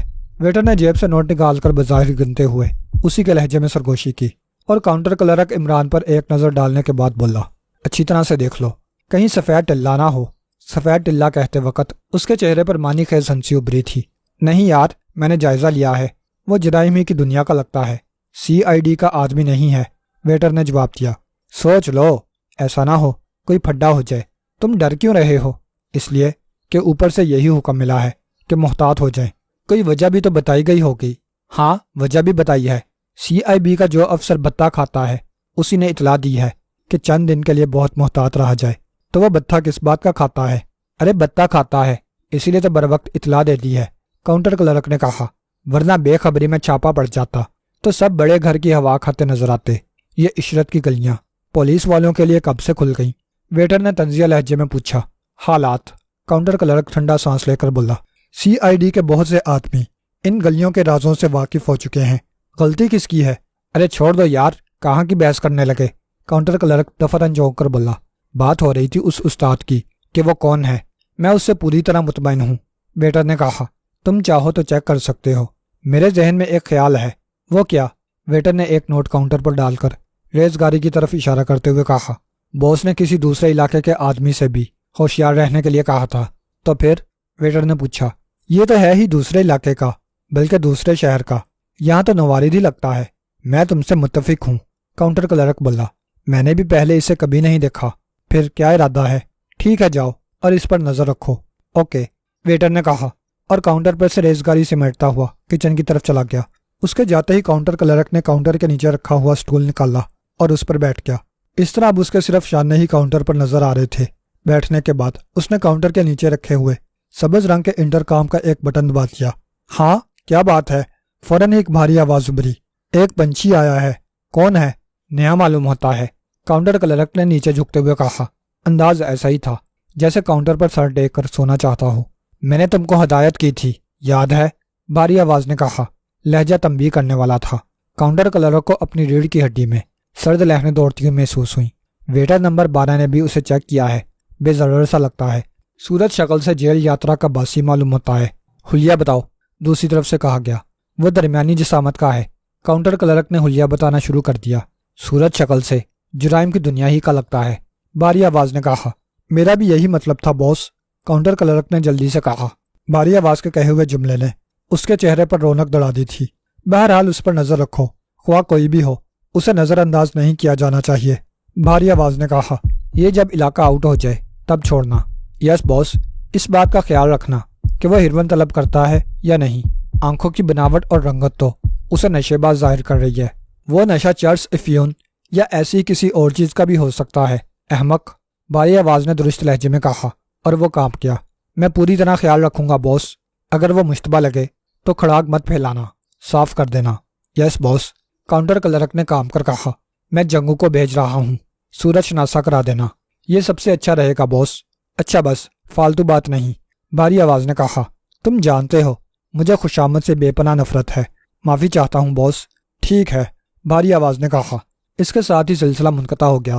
اس نے کاؤنٹر سے سر اٹھا کر ایک نظر حال پر ڈالی، پھر اس انداز میں انگڑائی اور جمائی لیتے ہوئے سٹول سے اٹھا جیسے اونگتے اونگتے چونک پڑا ہو۔ اب وہ بوتلیں صاف کر رہا تھا۔ دوسری طرف عمران اس کی طرف سے غافل نہیں تھا۔ اس نے جیسے ہی ویٹر کو کاؤنٹر کلرک سے باتیں کرتے دیکھا چونک پڑا تھا۔ بظاہر وہ ان سے بے خبر تھا، مگر در پردہ وہ دونوں کی ہر حرکت کو دیکھ رہا تھا۔ جب ویٹر آگے بڑھ گیا اور کاؤنٹر کلرک سٹول پر بیٹھ کر کاؤنٹر پر سر ٹیک کر اونگنے کی اداکاری کرنے لگا تو وہ بے چین ہو گیا تھا۔ اس نے اندازہ لگا لیا تھا کہ وہ اونگنے کے بہانے کسی کو فون پر یا ایسے ہی کسی رابطے پر رپورٹ دے رہا ہے۔ پھر اس وقت اس بات کی تصدیق ہو گئی جب ایک اور اچھے تن و توش کا گنڈا نظر آنے والا آدمی اندرونی سمت سے نکل کر کاؤنٹر کلرک کی طرف بڑھا۔ عمران نے جان بوجھ کر اپنا منہ دوسری طرف کر لیا تھا، مگر کنکھیوں سے وہ اسی کو دیکھ رہا تھا۔ پھر دونوں میں آنکھوں ہی آنکھوں میں کوئی بات ہوئی اور کاؤنٹر کلرک نے کچھ کہتے ہوئے آنکھ سے عمران کی طرف اشارہ کیا۔ آنے والے نے عمران کو ایک نظر جانچا اور حال کی ایک ٹیبل پر آ بیٹھا۔ فوراً ہی ویٹر اس کے سر پر آ موجود ہوا تھا۔ اس نے شاید ویٹر سے کچھ کہا تھا، شاید آرڈر دیا تھا، کیونکہ ویٹر فوراً ہی کچن کی طرف چلا گیا تھا۔ چند منٹ بعد نوارد کی میز پر شراب اور اس کے لوازمات نظر آ رہے تھے۔ وہ بلا کا پیکڑ لگ رہا تھا۔ چند ہی منٹ میں اس نے بوتل خالی کر دی اور سگریٹ کے کش لیتے ہوئے عمران کو گھورنے لگا، مگر جیسے ہی عمران نے اس کی طرف دیکھا اس نے اپنی نظریں گھما دی اور ایک لڑکی کو گھورنے لگا۔ عمران کے لبوں پر مسکراہٹ ابھر آئی تھی۔ اس نے جیب سے چرس بھرا سگریٹ نکال کر سلگا لیا۔ کھانا وہ ختم کر ہی چکا تھا۔ ایک لمبا کش کھینچ کر دھواں حلق سے اتارے بغیر ہی اس نے فضا میں اگل دیا، مگر اتنے میں بھی اس کے 14 طبق روشن ہو گئے اور دوران خون کن پٹیوں پر ٹھوکریں مارنے لگا۔ آنکھیں کچھ اور سرخ ہو گئیں۔ اس نے جلدی جلدی 2-3 کش لیے، پھر سگریٹ کا ٹوٹا ایش ٹرے میں ڈال کر ویٹر کو اشارہ کرنے لگا۔ ہاں استاد بولو، ویٹر نے اس کے پاس پہنچ کر کہا۔ لیٹرین کس طرف ہے؟ کیا زیادہ کھا گئے ہو؟ ویٹر نے پوچھا۔ دوسرے ہی لمحے عمران کا ہاتھ پوری قوت سے ویٹر کے منہ پر پڑا اور وہ اچھل کر دوسری میز پر گرا اور اسے ساتھ لیتے ہوئے فرش پر ڈھیر ہو گیا۔ پورے حال میں ٹوٹنے والے برتنوں کی کھنکھناہٹ گونجی تھی۔ لوگ چونک کر اس طرف دیکھنے لگے۔ سور کا بچہ، عمران کو ڈرا کر گرجدار آواز میں بولا، مذاق کرتا ہے، زندہ نہیں چھوڑوں گا، ویٹر نے خونخوار لہجے میں کہا اور جیب میں ہاتھ ڈال کر ایک چوڑے پھال کا چمکدار خنجر نکال لیا۔ آس پاس کے لوگ اپنی کرسیوں سے اٹھ کر اس طرح ان کے گرد کھڑے ہو گئے تھے جیسے کوئی دلچسپ تماشا ہونے والا ہو۔ ہر ایک کے چہرے پر مسکراہٹ تھی اور عمران کو وہ اس طرح دیکھ رہے تھے جیسے اس نے ویٹر پر ہاتھ چھوڑ کر غلطی کی ہو۔ آؤ جلدی کرو، عمران گرایا، تمہیں تو خنجر پکڑنے کی بھی تمیز نہیں، تمیز کا بچہ، ویٹر نے کہا اور عمران پر چھلانگ لگا دی۔ عمران نے ذرا سا ہٹ کر اس کی کلائی پر ہاتھ ڈال دیا اور پھر ہلکی سی تھپکی دے کر جھٹکا دیا۔ حال میں ہڈی ٹوٹنے کی آواز کے ساتھ ہی ویٹر کی تیز چیخ گونجی تھی اور یک بیک وہاں تاریکی چھا گئی۔ اور اب تم لاہوتی آواز کے غلام ہو۔ صفدر کو ایسا محسوس ہوا جیسے اس نے اپنے کان کے پاس سرگوشی سنی ہو۔ وہ ہڑبڑا کر اٹھ بیٹھا، پھر اپنے آپ پر نظر ڈالی اور چونک پڑا۔ وہ ایک سنسان پارک میں گھاس پر بیٹھا ہوا تھا۔ اس کے قریب ہی چوہان اور تنویر بھی گھاس پر لیٹے ہوئے تھے۔ وہ ہوش میں تھے اور پل کے پٹپٹا کر صفدر کو گھور رہے تھے۔ کیوں، کیا ہوا؟ چوہان نے پوچھا۔ پتہ نہیں، ابھی کسی نے سرگوشی کی تھی، صفدر نے جواب دیا۔ لاہوتی آواز سنائی دی ہوگی، چوہان نے کہا۔ ہاں، اور اس نے شاید یہ کہا تھا کہ اب ہم اس کے غلام ہیں۔ اس نے سچ کہا ہے؟ کیا مطلب؟ صفدر چونکا۔ میں 1 گھنٹہ قبل ہوش میں آ گیا تھا۔ اسی لاہوتی آواز نے مجھے حکم دیا کہ میں پارک کے باہر جا کر کچھ کھانے کے لیے لے آؤں، تاکہ جب تم لوگ ہوش میں آؤ تو کچھ کھا پی سکو۔ پھر کیا ہوا؟ میں تم دونوں کو اس طرح چھوڑ کر نہیں جانا چاہتا تھا، اس لیے جب میں نے لاہوتی آواز کو جھڑک دیا تو جانتے ہو کیا ہوا؟ مجھے غیب کا علم نہیں ہے، صفدر نے کہا۔ بس اسی لمحے مجھے ایسے محسوس ہوا جیسے میرے چاروں طرف ہزاروں قسم کے جانور ہیں اور وہ پوری قوت سے چلا رہے ہیں۔ 2-3 لمحوں میں ہی یہ حالت ہو گئی کہ میں کسی مدہوش شرابی کی طرح ڈولنے لگا، اور یہ معلوم ہونے لگا جیسے اب میرا دماغ پھٹ کر ہزاروں ٹکڑوں میں بٹ جائے گا۔ پھر جب تک میں نے لاہوتی آواز کے کہنے پر عمل نہ کیا، اس شور و غل سے نجات نہیں مل سکی۔ چوہان خاموش ہو کر اپنا سر دبانے لگا۔ کیا تم سچ کہہ رہے ہو؟ صفدر نے پوچھا۔ جھوٹ سمجھو گے تو خود ہی تجربہ ہو جائے گا، چوہان نے کہا۔ وہ آصف کہتا ہے، وہ آصف نظر نہ آنے کے باوجود ہمارے کانوں میں سرگوشیاں کرتا ہے۔ بالکل ٹھیک۔ دفعتاً ان کے کانوں کے پاس ایک مدھم سی نسوانی آواز سنائی دی اور وہ بری طرح اچھل پڑے۔ اب وہ تینوں ہی متوحش نگاہوں سے چاروں طرف دیکھ رہے تھے، جیسے سرگوشی کرنے والی کو تلاش کر رہے ہوں۔ مترنم ہنسی پھر سنائی دی اور کہا گیا، میں نظر نہیں آتی، البتہ تمہارے بالکل قریب موجود ہوں، مگر کچھ دیر پہلے تو تم مردانہ آواز میں بات کر رہی تھی، صفدر نے کہا اور چاروں طرف نگاہیں دوڑانے لگا۔ آصف ہوں نا، لہٰذا ہر آواز پر قادر ہوں، تو پھر سامنے بھی آ سکتی ہو۔ سامنے آ گئی تو ڈر جاؤ گے، اتنی ہی بھیانک شکل ہے میری۔ کوئی خوبصورت سا روپ بھر کر آ جاؤ، ابھی اس کا موقع نہیں آیا۔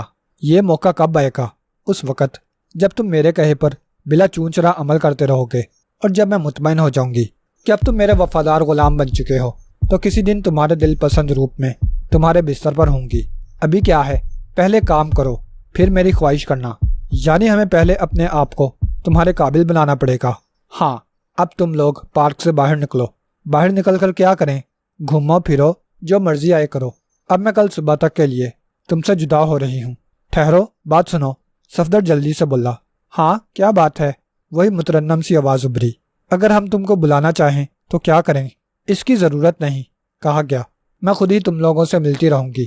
او، صفدر کے منہ سے نکلا، اور پھر ایسا ہی محسوس ہوا جیسے شائن سے کوئی گیا ہو۔ یہ صرف احساس تھا، ورنہ اس وقت ہوا بند تھی۔ گئی وہ؟ چوہان نے پوچھا۔ ہاں، آصف کل صبح تک کے لیے چلا گیا ہے، صفدر نے جواب دیا۔ اب کیا کریں؟ تنویر نے کہا۔ ظاہر ہے وہاں تو جا نہیں سکتے، صفدر نے معنی خیز لہجے میں کہا۔ اس کا اشارہ دانش منزل اور X2 کی طرف تھا۔ ہاں، نہ جانے یہ سب کیا چکر ہے، اور یہ آصف کیسے ہم سے لپٹ گیا، تنویر نے بوکھلائے ہوئے لہجے میں کہا، اور صفدر ہنس پڑا۔ کیا تم سمجھتے ہو کہ یہ سچ مچ آصف ہے؟ تو پھر کیا ہے، تنویر نے کہا۔ وہ نظر نہیں آتی، اس کے باوجود اس کی آواز ہم اپنے کانوں سے سنتے رہے ہیں۔ آصف کے علاوہ ہی کوئی اور چکر معلوم ہوتا ہے، صفدر نے کہا۔ لیکن ہم تینوں یکجا کیسے ہو گئے؟ چوہان نے چونک کر پوچھا۔ مجھے خود نہیں معلوم، تنویر نے کہا۔ میں فرہاد اینڈ کو کے مینیجر کا تعاقب کرتا ہوا ایک عمارت تک پہنچا تھا، اور پھر وہاں کسی نے میرے سر پر ضرب لگا کر مجھے ہوش و حواس سے بیگانہ کر دیا تھا۔ اس کے بعد سے اب آنکھ کھلی ہے۔ میرے اور چوہان کے ساتھ بھی یہی کچھ ہوا ہے، صفدر نے کہا۔ ہم دونوں یونی انٹرنیشنل ایک کار کے متعلق معلومات حاصل کرنے گئے تھے، پھر جب وہاں سے پلٹے تو ہمیں اغوا کر لیا گیا۔ مگر کیسے؟ تنویر نے پوچھا۔ وہی، سر پر ضرب لگا کر۔ مگر، تنویر نے کہا، یونی انٹرنیشنل تو ایک بڑی پوری سڑک ہے، ایک بڑی اسٹیشن ویگن اور کار نے درمیان میں گھیر لیا تھا۔ چوہان نے سر پر ہاتھ پھیرتے ہوئے کہا۔ تو اب کیا پروگرام ہے؟ تنویر نے پوچھا۔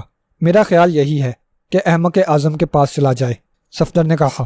تمہارا مطلب عمران سے ہے؟ تنویر نے پوچھا۔ ہاں، میں اس کی مخالفت کروں گا، تنویر نے منہ بنا کر کہا، اور کنپٹی کو ہولے ہولے سے ہلانے لگا۔ اسے ایسا محسوس ہوا تھا جیسے وہاں میٹھی میٹھی سوزش ہی ہو رہی ہو۔ پھر؟ صفدر نے پوچھا۔ موجودہ حالات میں ہم کہاں جا سکتے ہیں؟ کیا اپنے ٹھکانے پر نہیں جا سکتے؟ تنویر نے پوچھا۔ یہ مناسب نہ ہوگا، صفدر نے کہا، اور یہ بھی نامناسب ہوگا کہ ہم احمق اعظم عمران کے پاس جائیں، تنویر نے کہا، اور صفدر اس کے لہجے پر چونک پڑا۔ تنویر کے لہجے میں تلخی تھی۔ کیوں؟ نامناسب کیوں ہوگا؟ صفدر نے پوچھا۔ اس لیے کہ باس اس کو پسند نہیں کرے گا، تنویر نے کہا۔ اس سے بہتر ہے کہ ہم لوگ جولی سے رابطہ قائم کریں اور ہدایت لیں، نہیں، صفدر نے سختی سے کہا، میں اس کی مخالفت کروں گا جب تک اس آصیب کا مسئلہ حل نہیں ہو جاتا۔ ہمارا اپنے کسی آدمی سے ملنا مناسب ہی نہیں، نقصان دہ بھی ثابت ہو سکتا ہے۔ پھر اس بارے میں سوائے X2 سے رابطہ قائم کرنے کے اور کوئی حل سمجھ نہیں آتا، تنویر نے کہا، اور صفدر کا منہ بن گیا۔ اس کے ماتھے پر شکنیں ابھر آئی تھیں، جیسے اسے تنویر کا X2 کا نام لینا گراں گزرا ہو۔ پھر وہ بولا، میں پھر کہوں گا کہ ہمیں عمران سے ملنا چاہیے، میں بھی اس کی تائید کروں گا۔ چوہان نے کہا، اس کا لہجہ حتمی تھا۔ پھر ٹھیک ہے، تنویر نے کہا، جب تم دونوں کی ہی یہ مرضی ہے تو میں تیار ہوں، مگر عمران سے ملنے کا جو کچھ بھی نتیجہ نکلے گا اس کی ذمہ داری تم پر ہوگی۔ ٹھیک ہے، میں اسے قبول کرتا ہوں۔ تو پھر چلو۔ تنویر کھڑا ہو گیا اور وہ تینوں پارک سے باہر آ گئے۔ کوئی ٹیکسی کر لیتے ہیں، تنویر نے کہا۔ یہی کرنا پڑے گا، صفدر نے کہا، اور ٹیکسی کی تلاش میں نظریں دوڑانے لگا۔ میری موٹر سائیکل اور تمہاری گاڑی پارک کے دوسرے گیٹ پر موجود ہے، دفعتاً تنویر نے کہا، اور وہ دونوں چونک پڑے۔ تمہیں کیسے معلوم ہوا؟ چوہان نے اسے گھورتے ہوئے پوچھا۔ وہی آصیب، تنویر نے ٹھنڈا سانس بھرتے ہوئے کہا، اور وہ دونوں بھی ڈھیلے پڑ گئے۔ صفدر کی آنکھوں میں الجھن تیر رہی تھی۔ یہ آصیب کوئی نئی مصیبت نہ کھڑی کرتے۔ وہ بڑبڑایا، اب عمران کے پاس چل ہی رہے ہیں، وہ اس الجھن کو ختم کر دے گا، تنویر نے کہا۔ لہجہ طنزیہ تھا۔ صفدر کے ماتھے پر ناگواری کی شکنیں ابھری اور پھر مٹ گئیں۔ وہ پارک کے دوسرے گیٹ کی طرف بڑھتے چلے گئے۔ یہاں ان کو ایک موٹر سائیکل اور کار کھڑی مل گئی۔ یہی موٹر سائیکل تھی جس پر میں نے فرحاد اینڈ کو کے مینیجر کا تعاقب کیا تھا، تنویر نے بتایا، اور ہم اسی گاڑی میں تھے۔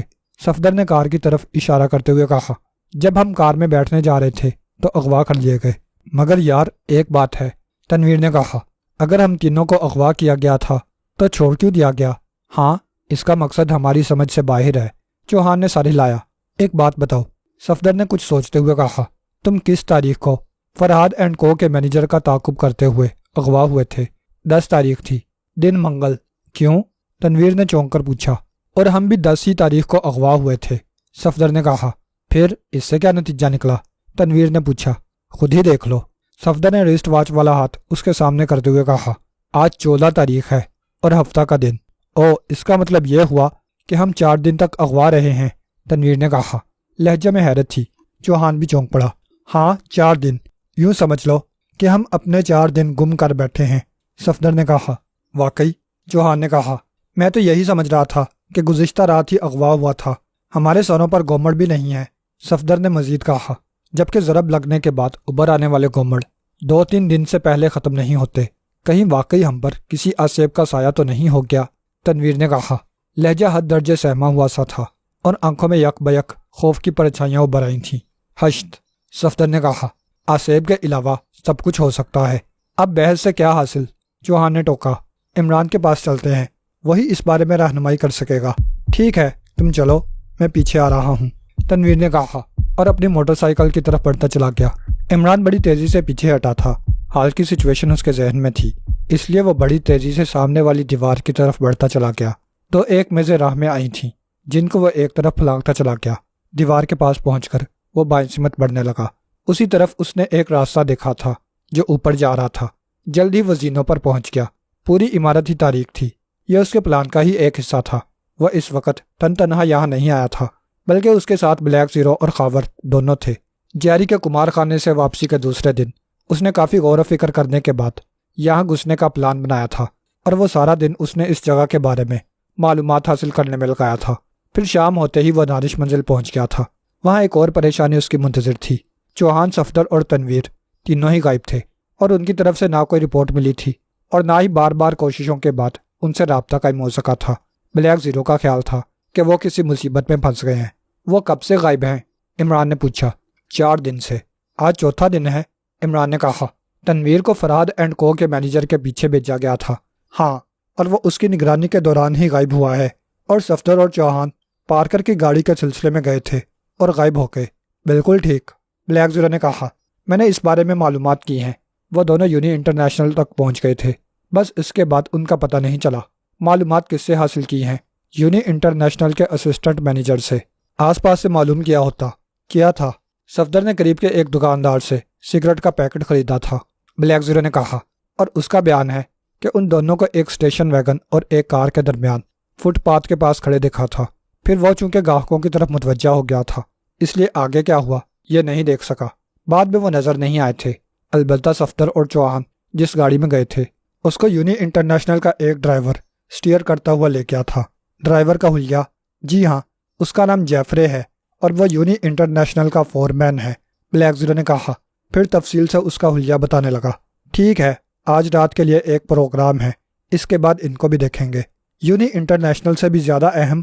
ہاں، عمران نے سر ہلایا۔ اب یہ بات پایا ثبوت کو پہنچ چکی ہے کہ فرحاد اینڈ کو اور یونی انٹرنیشنل والے دونوں ہی اس معاملے میں ملوث ہیں۔ اگر ایسا نہ ہوتا تو صفدر چوہان اور تنویر غائب نہ ہوتے۔ جیفرے کی نگرانی شروع کرا دوں؟ نہیں، عمران نے نفی کے انداز میں سر کو جنبش دیتے ہوئے کہا، اس کی ضرورت نہیں، اور پھر میں یہ بھی نہیں چاہتا کہ وہ لوگ ہوشیار ہو جائیں تو یہ معاملہ التوا میں رہے گا۔ فی الحال عمران نے کہا، اگر آج رات میرا پلان کامیاب ہو گیا تو سمجھ لو کل تک یہ کیس ختم ہو جائے گا۔ گویا آپ مجرموں تک جا پہنچے ہیں۔ مجرم نہیں، سر کو نہ کہو، عمران نے کہا، ان کا طریقہ کار میں سمجھ گیا ہوں اور اسی کی روشنی میں کہہ رہا ہوں کہ اس کے آدمی اگر ہم پکڑ بھی لیں تو ہمیں اس سے کوئی فائدہ نہ ہوگا، اس لیے کہ وہ پھٹ جاتے ہیں۔ ہاں، اور میں یہ نہیں چاہتا کہ مزید کوئی بے گناہ مارا جائے۔ یہ آصف کا کیا چکر ہے؟ بلیک زیرو نے پوچھ لیا۔ کیوں؟ عمران نے چونک کر اس کی طرف دیکھا۔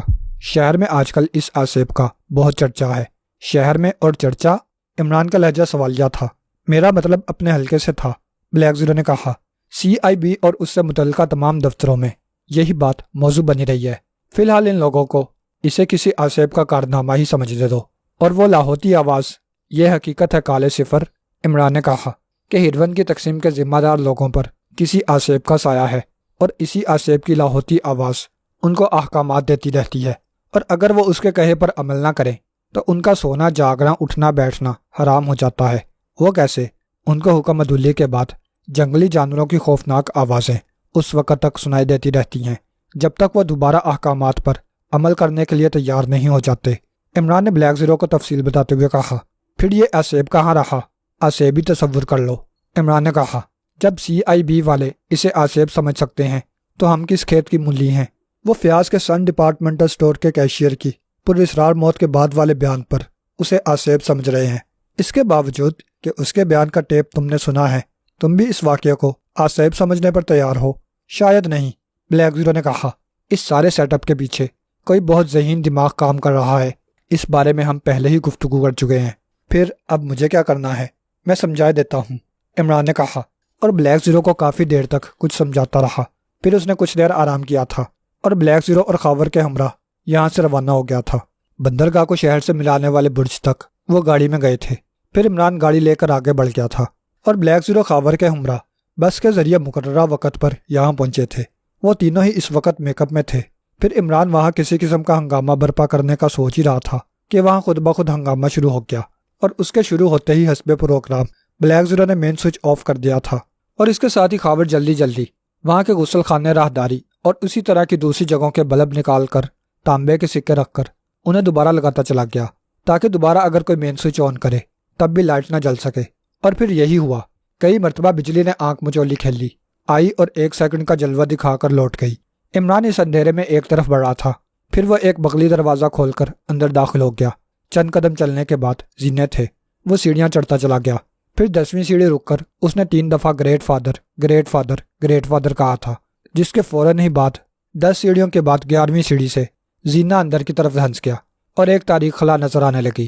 ابھی عمران سوچ ہی رہا تھا کہ اندر جانے کے لیے کیا طریقہ کار اختیار کرے کہ خلا میں ہلکی سی روشنی پھیل گئی۔ اب اس کے سامنے ایک اور زینا تھا جو نیچے کسی تہ خانے میں اتر رہا تھا۔ عمران سیڑھیاں اترنے لگا۔ جیسے ہی وہ نیچے پہنچا ایک کھڑاکا ہوا اور اوپر کا دروازہ بند ہو گیا۔ دھنس جانے والا زینا اپنی جگہ پہنچ چکا تھا، اس کے ساتھ ہی وہ جگہ روشنی سے جگمگانے لگی تھی۔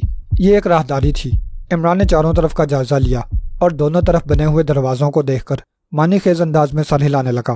اب اس کی نگاہ سامنے بنے ہوئے اس بڑے سے دروازے پر جمی ہوئی تھی جس پر کراس کرتی ہوئی 2 ہڈیوں کے درمیان ایک کھوپڑی بنی ہوئی تھی۔ عمران نے ایک مرتبہ پھر اطراف کا جائزہ لیا اور اس دروازے سے کان لگا دیے جس پر ہڈیوں سے نشان بنا ہوا تھا۔ اندر سے باتیں کرنے کی آواز آ رہی تھی، مگر یہ اتنی بددم تھی کہ عمران ایک لفظ بھی نہیں سمجھ سکا۔ کچھ سوچ کر اس نے برابر کے ایک دروازے کو دھکیل کر دیکھا۔ وہ مقفل نہیں تھا، کنڈی لگی ہوئی تھی۔ عمران نے اسے کھولا اور اندر داخل ہو گیا۔ یہاں ایک چھوٹا سا بلب روشن تھا۔ یہ 8 یا 9 مربع فٹ کا کمرہ تھا اور اس میں شراب کی بوتلوں کی پیٹیاں لگی ہوئی تھیں۔ دفتن کوئی آہٹ سنائی دی اور وہ چونک پڑا۔ بڑی تیزی سے وہ دروازے کی طرف بڑھا۔ کراس کرتی ہوئی ہڈیوں والے نشان والا دروازہ کھل گیا تھا اور اندر سے 2 آدمی باہر نکلے تھے۔ ان میں سے ایک کو عمران پہچانتا تھا، یہ جنگو تھا۔ البتہ دوسرا چہرہ اس کے لیے اجنبی تو نہیں تھا، مگر فوری طور پر وہ اسے نہ پہچان سکا۔ اس کے ہاتھ میں ایک بریف کیس تھا اور وہ دونوں باتیں کرتے ہوئے آگے نکلتے چلے گئے۔ عمران نے دروازے کا ایک پٹ کھولا اور باہر گردن نکال کر ان کو دیکھنے لگا۔ وہ زینے پر چڑھ کر دوسری طرف نکل گئے۔ عمران نے جنگو کے اس ہاتھ پر نظر رکھی تھی جس سے اس نے زینے پر چڑھتے ہوئے ایک بٹن کو دبایا تھا۔ چند منٹ انتظار کرنے کے بعد عمران کراس کرتی ہوئی ہڈیوں والے دروازے کی طرف بڑھا۔ پھر ذرا سی کوشش سے وہ دروازہ کھل گیا۔ عمران اندر داخل ہو گیا۔ یہ ایک حال نما کمرہ تھا مگر تاریک۔ صرف درمیان میں پڑی ہوئی کرسی پر روشنی کا حلہ نظر آ رہا تھا۔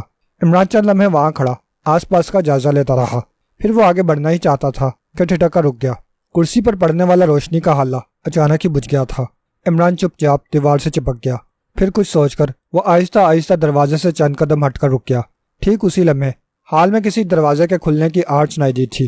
عمران نے چونک کر اس دروازے کی طرف دیکھا جس سے وہ اندر آیا تھا۔ وہ دروازہ بدستور بند تھا۔ پھر وہ حال میں چاروں طرف دیکھنے لگا۔ آنکھیں اندھیرے سے مانوس ہو چکی تھیں، اس لیے وہ آسانی سے اندھیرے میں دیکھ سکتا تھا۔ اس نے سامنے والی دیوار میں ایک دروازہ کھلا ہوا دیکھا تھا۔ پھر اس دروازے سے ایک تاریک ہیولہ باہر نکل آیا۔ اس کے ساتھ ہی دروازہ بند ہو گیا اور پینسل ٹارچ کی روشنی حال میں نظر آنے لگی۔ وہ تاریک ہیولہ ایک دیوار کی طرف بڑھ رہا تھا۔ پھر عمران نے اس ہیولے کو دیوار میں ضم ہوتے دیکھا اور وہ بے آواز قدموں چلتا ہوا اس دیوار تک پہنچ گیا۔ پھر اس نے جیب سے پینسل ٹارچ نکال کر روشن کی اور دیوار کا جائزہ لینے لگا۔ ایک جگہ اسے ایک سیاہ دائرہ بنا نظر آیا تھا۔ اس نے دائرہ دبا دیا۔ ہلکی سی سرسراہٹ کی آواز سن کر اس نے ٹارچ کا رخ آواز کی سمت کر دیا اور یہ دیکھ کر چونک پڑا کہ دیوار کا ایک حصہ دوسرے حصے میں بڑی تیزی سے سماتا چلا گیا ہے۔ اب سامنے ایک اور چھوٹی سی راہداری نظر آ رہی تھی۔ عمران دوسری طرف نکل آیا۔ پھر چند قدم ہی آگے بڑھا تھا کہ چونک پڑا۔ ایک دروازے سے کسی کی آواز آ رہی تھی۔ عمران نے آگے بڑھ کر کان دروازے سے لگا دیے۔ سب کام ہوشیاری سے ہونا چاہیے، ایک بھاری سی آواز کہہ رہی تھی۔ یس باس، ہر کام آپ کی مرضی کے مطابق ہوگا، کسی دوسرے نے کہا۔ اس کا پتہ لگانا بھی ضروری ہے کہ مین سوئچ کے ساتھ کس نے گڑبڑ کی تھی۔ ہم نے ایک آدمی کو ٹریس کیا ہے باس۔ کون ہے وہ؟ ابھی ہاتھ نہیں ڈالا گیا۔ ٹھیک ہے، اس کو پکڑ کر بند کر دو، بعد میں دیکھوں گا۔ کہتے ہوئے اس آواز کا لہجہ حتمی ہو گیا تھا۔ پھر قدموں کی چاپ دروازے کی طرف آنے لگی۔ عمران اس جگہ سے ہٹا اور بے آواز چلتا ہوا ایک دوسرا دروازہ کھول کر اندر داخل ہو گیا۔ ٹھیک اسی لمحے اس کمرے کا دروازہ کھلا اور ایک سیاہ پوش کمرے سے نکل آیا۔ اس کا چہرہ ایک سیاہ رنگ کے کنٹوپ نما نقاب میں پوشیدہ تھا۔ دفتن عمران اس کا ہاتھ دیکھ کر چونک پڑا۔ اس کے ہاتھ میں سبز رنگ کے یاقوت کی انگوٹھی تھی۔ سیاہ پوش آگے بڑھتا چلا گیا۔ اس کے پیچھے 2 آدمی اور باہر نکلے تھے۔ پھر کسی اور دروازے کے بند ہونے کی آواز سنائی دی اور ایسا لگا جیسے وہ دونوں واپس آ رہے ہوں۔ عمران اس وقت تک چھپا رہا جب تک وہ دونوں اس کے سامنے سے گزر کر حال والے دروازے سے اندر نہ داخل ہو گئے۔ پھر وہ کمرے سے باہر آیا اور راہداری کے سرے کی طرف والا دروازہ کھول دیا۔ دوسری طرف ایک پتلی سی گلی تھی۔ عمران گلی میں نکل آیا۔ اب وہ آہستہ آہستہ آگے بڑھ رہا تھا۔ چند منٹ بعد وہ اسی روڈ پر نکل آیا جس سے گزر کر وہ اس کلب میں داخل ہوا تھا۔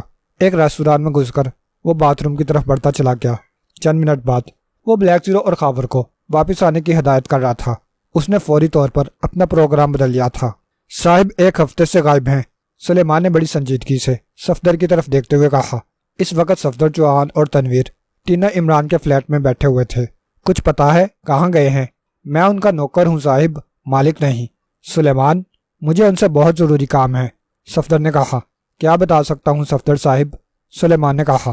اگر آپ نہ آ گئے ہوتے تو میں صاحب کی گمشدگی کی رپورٹ لکھانے جانے والا تھا۔ بے وقوفی کرتے۔ کیوں صاحب؟ اس لیے کہ عمران صاحب بچہ نہیں ہے۔ خیر آپ بتائیں کیا خدمت کروں؟ عمران صاحب سے ہی کام تھا، صفدر نے کہا۔ پھر کچھ سوچ کر بولا، فون کس کمرے میں ہے؟ اس طرف، سلیمان نے بڑی سنجیدگی سے کہا، اور صفدر اسی کمرے کی طرف بڑھ گیا۔ اس نے صوفے پر بیٹھ کر فون اپنی طرف کھسکایا اور X2 کے نمبر ڈائل کرنے لگا۔ سلسلہ ملنے میں دیر نہیں لگی تھی۔ X2، دوسری طرف سے X2 کی آواز آئی۔ میں صفدر بول رہا ہوں جناب۔ تم اب تک کہاں تھے اور اب کہاں سے بول رہے ہو؟ عمران کے فلیٹ سے بول رہا ہوں جناب، تنویر اور چوہان بھی میرے ساتھ ہیں۔ او، مگر تم کو تو پارکر کی کار کے سلسلے میں بھیجا گیا تھا۔ جی ہاں، اور ہم تینوں ہی کو اغوا کر لیا گیا تھا۔ تفصیل سے بتاؤ۔ میں اور چوہان یونی انٹرنیشنل تک پہنچ گئے تھے۔ صفدر نے اپنے اغوا کی واردات سنانی شروع کر دی۔ صفدر نے اپنے اغوا کی رودات بتانی شروع کر دی، پھر تنویر کے اغوا کا واقعہ دہرا دیا۔ مگر تم لوگ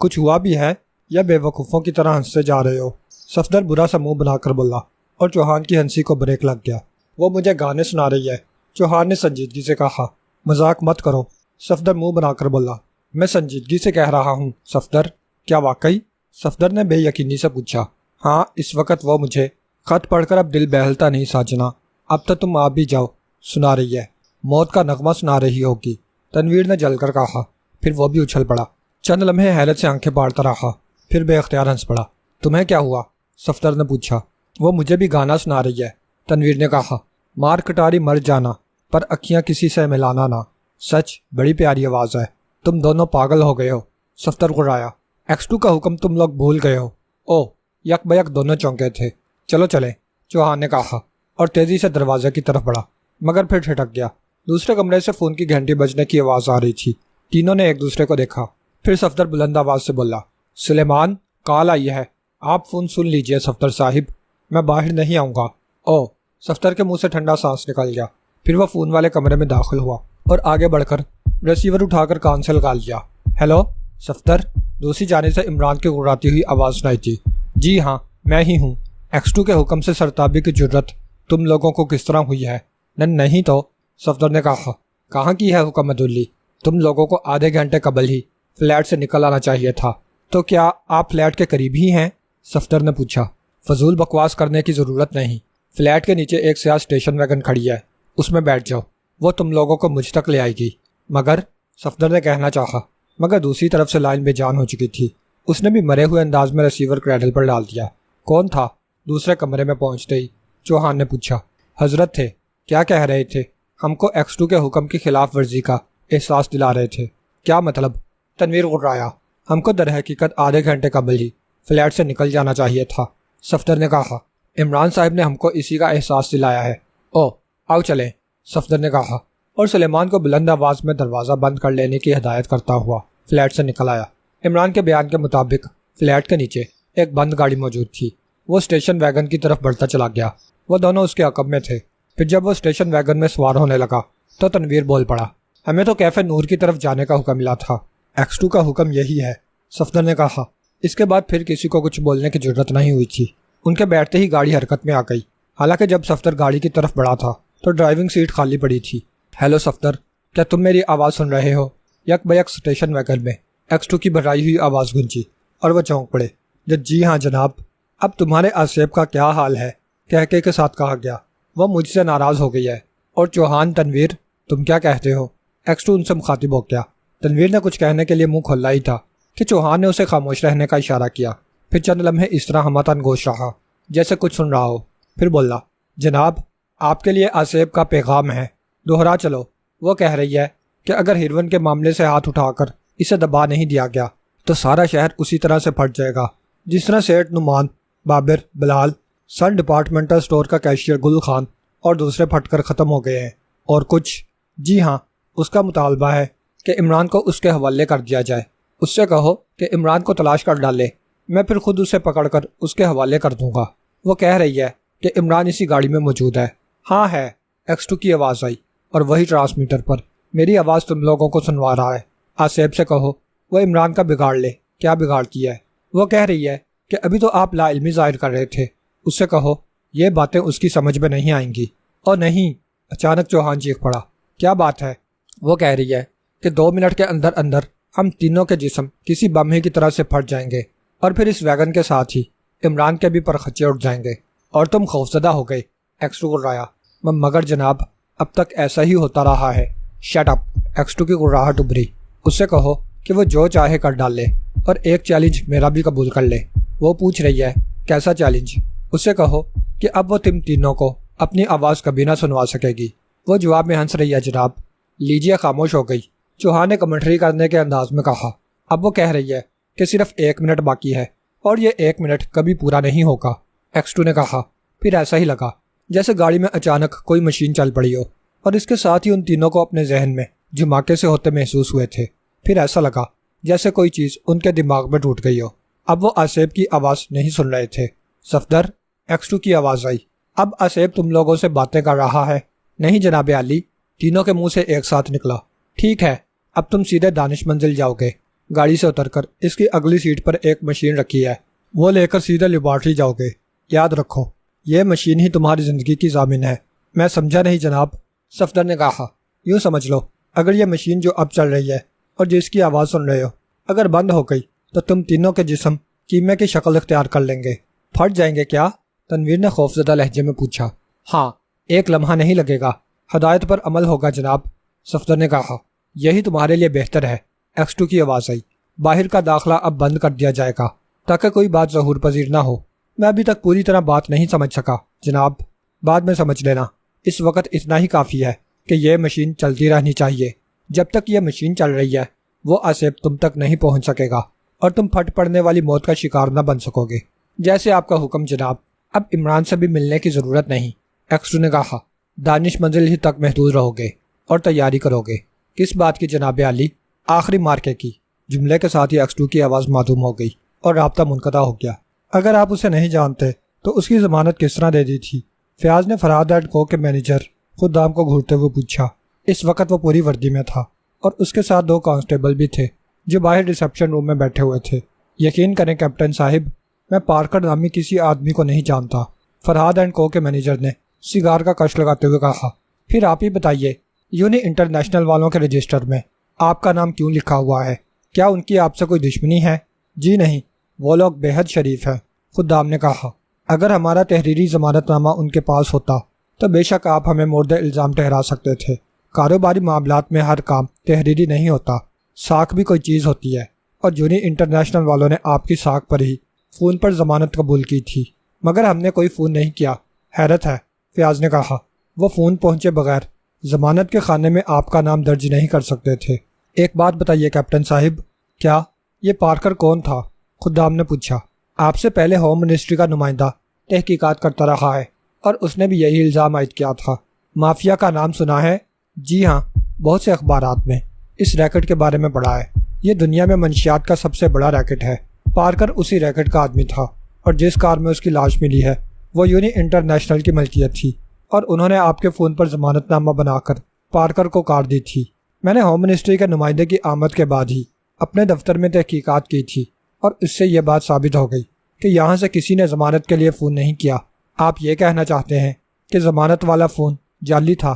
جی ہاں، اور اب میں سوچ رہا ہوں کہ اس بارے میں ایک رپورٹ لکھ دوں تاکہ ہم کسی چکر میں نہ پھنس جائیں۔ یہ آپ کو بہت پہلے کرنا چاہیے تھا، غلطی ہو گئی۔ بہرحال جیسے آپ کا مشورہ ہوگا کروں گا، خدام نے کہا، اور میز کی دراز کھول کر سگار باکس نکال کر فیاض کی جانب کر کے کھولتے ہوئے کہا۔ سگار لیجئے۔ جی۔ فیاض نے سگار باکس پر نظر ڈالی اور چونک پڑا۔ باکس میں نوٹوں کی ایک موٹی سی گڈی نظر آ رہی تھی۔ اس نے خدام کی طرف دیکھا۔ جی ہاں، آپ کے لیے ہی ہے، مگر کیوں؟ تاکہ آپ ہمیں کوئی اچھا سا مشورہ دے سکیں اور ہمارے مفادات کی نگرانی کر سکیں، خدام نے کہا۔ کسی نے ہم کو پھنسانے کی پوری کوشش کی ہے۔ او، فیاض نے کہا اور گڈی اٹھا کر الٹ پلٹ کر دیکھی، پھر جیب میں ڈال دی۔ خدام نے ارذلی کو بلا کر چائے کے لیے کہا، پھر فیاض سے مخاطب ہوا۔ کیا میں آپ سے بہتر مشورے کی امید رکھوں؟ اب تو اور زیادہ ضروری ہو گیا ہے، فیاض نے جواب دیا۔ میں دیکھوں گا کہ اس سلسلے میں کیا کر سکتا ہوں۔ ویسے کیا آپ اس بارے میں کسی فرد یا پارٹی پر شبہ کر سکتے ہیں کہ یہ حرکت ان کی ہوگی؟ میرے ذہن میں ایسی کوئی پارٹی نہیں ہے۔ خیر میں دیکھوں گا، فیاض نے کہا اور بے چینی سے پہلو بدلنے لگا۔ چند لمحوں بعد چائے آ گئی اور وہ چائے پینے لگے۔ چائے پی کر فیاض اٹھ گیا تھا۔ آپ رپورٹ ضرور لکھوا دیں، اس نے چلتے چلتے کہا۔ تھانے کے انچارج سے میرا نام لے کر کہہ دیجیے گا، کوئی پریشانی نہ ہوگی۔ بہت بہتر، شکریہ جناب، خدام نے ہاتھ ملاتے ہوئے کہا، اور فیاض دروازہ کھول کر باہر نکل آیا۔ اس کے کمرے سے نکلتے ہی خدام نے میز کی دراز کھول کر ٹرانسمیٹر نکالا اور کسی سے رابطہ قائم کرنے لگا۔ ہاں، کیا رہا؟ فوراً ایک بھاری سی آواز نے پوچھا۔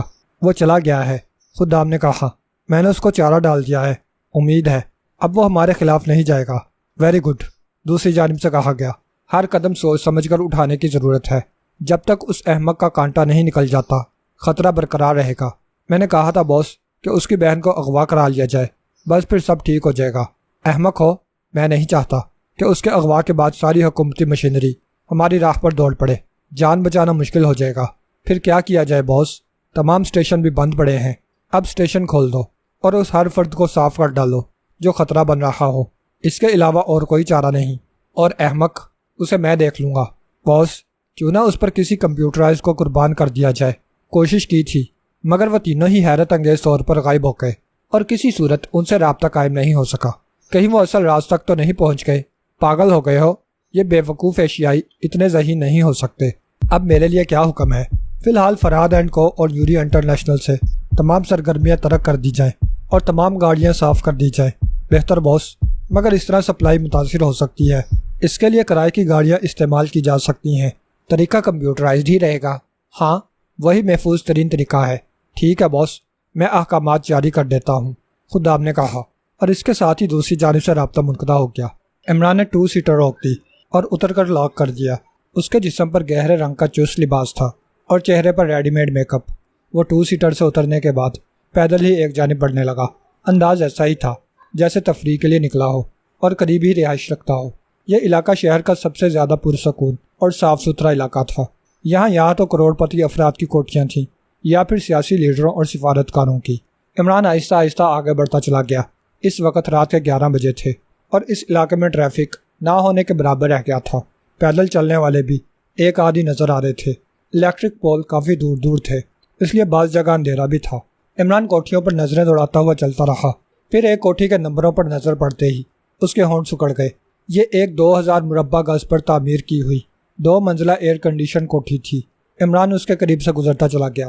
گیٹ پر 0 واٹ کا بلب جل رہا تھا۔ حد بندی کی دیواریں کافی اونچی تھیں اور اس بناوٹ کی تھیں کہ کوئی اگر اوپر چڑھنا چاہے تو بغیر کسی سہارے کے نہیں چڑھ سکتا تھا۔ عمران نے لوہے کے گیٹ کی اوپری جالیوں سے دیکھ لیا تھا کہ عمارت کی صرف ایک کھڑکی میں روشنی ہے، ورنہ سب یا تو تاریک تھیں یا پھر گہرے رنگوں کے نائٹ بلب کی روشنی میں پھیلی ہوئی تھیں۔ وہ ایک لمبا چکر کاٹ کر اس کوٹھی کی پشت پر پہنچ گیا۔ یہاں کافی گندگی تھی اور ہلکی ہلکی بدبو پھیلی ہوئی تھی۔ گلی بھی تاریک تھی۔ صرف کوٹھیوں میں روشنی کھڑکیوں سے چھن کر آنے والی مدھم روشنی نے وہاں کسی حد تک اجالا کیا ہوا تھا، مگر یہ اجالا اتنا نہیں تھا کہ 10-12 قدم کے فاصلے کی چیز دیکھی جا سکے۔ عمران چند لمحے حد بندی کی دیوار کا جائزہ لیتا رہا۔ یہاں بھی دیوار کم از کم 9 فٹ بلند تھی اور بالکل سپاٹ۔ آس پاس کوئی درخت بھی نہ تھا جس کی مدد سے وہ اوپر چڑھ سکتا۔ پینسل ٹارچ کی روشنی میں اس نے عقبی حصے کا اچھی طرح سے جائزہ لے لیا تھا اور وہاں کھڑا سوچ رہا تھا کہ کیا کرے۔ کسی چیز کے سہارے کے بغیر وہ حد بندی کی دیواروں پر نہیں چڑھ سکتا تھا۔ وہ آگے بڑھنے لگا۔ اب وہ دوسرے بنگلے کی حد بندی کی دیواروں پر روشنی ڈالتا ہوا چل رہا تھا۔ مطلوبہ کوٹھی کے برابر والی کوٹھی کی حد بندی کی دیوار کچھ نیچی تھی اور اس کی بناوٹ اس قسم کی تھی کہ آسانی سے اوپر چڑھا جا سکتا تھا۔ اس نے پینسل ٹارچ کی روشنی میں ایک جگہ منتخب کی اور پینسل ٹارچ جیب میں ڈال کر اوپر چڑھنے لگا۔ چند لمحے بعد وہ حد بندی کی دیوار پر پنجوں کے بل چلتا ہوا مطلوبہ کوٹھی کی طرف بڑھ رہا تھا۔ پھر وہ مطلوبہ کوٹھی کی حد بندی چلنے کے بعد ہاتھوں کے بل لٹا کر اندر کود گیا۔ وہ پودوں پر گرا تھا۔ نرم کیاری میں اس کے پیر اندر دھنس گئے تھے۔ وہ کیاری سے نکلا اور آگے بڑھنے لگا۔ اس کی تیز اور متجسس نظریں اطراف کا جائزہ لے رہی تھیں۔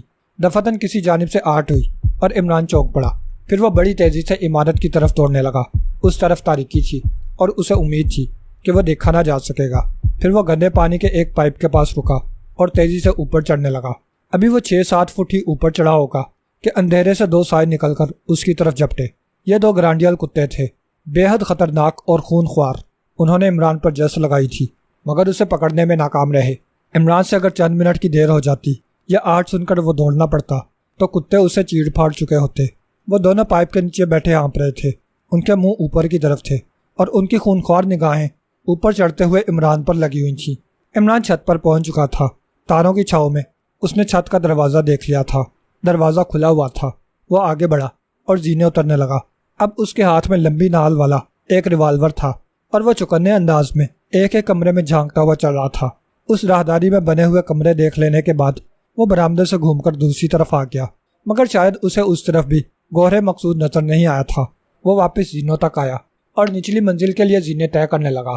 یہاں خاصی روشنی تھی اور اسے آسانی سے دیکھا جا سکتا تھا۔ نچلی منزل کے تمام کمرے تاریک پڑے تھے، صرف ایک ہی کمرے میں روشنی نظر آ رہی تھی۔ عمران اس کی طرف بڑھ گیا۔ کمرے کے قریب پہنچ کر اس نے شیشوں میں سے اندر جھانکا۔ دوسری طرف کا منظر دیکھتے ہی وہ چونک پڑا۔ یہ کمرہ نہ تو خوابگاہ تھی اور نہ ہی ڈرائنگ روم۔ یہ آفس کے طور پر سجا ہوا تھا اور دیوار کے قریب پڑی ہوئی ایک بڑی لمبی اور سیاہ شیشے کے ٹاپ والی میز کے عقب میں ریوالونگ چیئر پر ایک بھاری بھرکم اور قوی ہیکل انسان بیٹھا تھا۔ اس کے جسم پر قیمتی کپڑے کا سوٹ تھا، گلے میں ٹائی تھی جس میں شاید ہیروں کا کلپ لگا ہوا تھا۔ سیدھے ہاتھ میں سبز رنگ کے یاقوت کی انگوٹھی تھی اور اس کے سامنے میز کی دوسری جانب ایک حسین لڑکی بیٹھی ہوئی تھی اور وہ دونوں آپس میں باتیں کر رہے تھے۔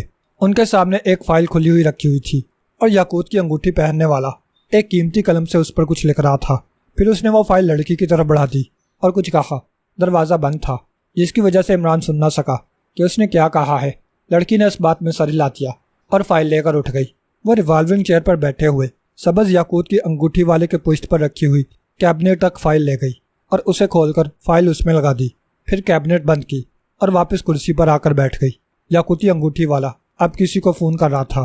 پھر کچھ دیر وہ فون پر بات کرتا رہا اور رابطہ منقطع کر کے اس نے ریسیور کریڈل پر ڈالا اور میز پر بائیں سمت رکھی ہوئی مشین کو اپنی جانب کھسکا لیا۔ پھر عمران نے مشین میں متعدد بلب روشن ہوتے دیکھے تھے، چھوٹے چھوٹے مختلف رنگوں کے بلب۔ اب وہ سمجھا کہ وہ مشین جسے اتنی دیر سے وہ ٹائپ رائٹر سمجھے ہوا تھا، ٹائپ رائٹر نہیں تھا، کسی قسم کا ٹرانسمیٹر تھی۔ اس نے مشین سے نکال کر ہیڈ فون کانوں پر فٹ کر لیے۔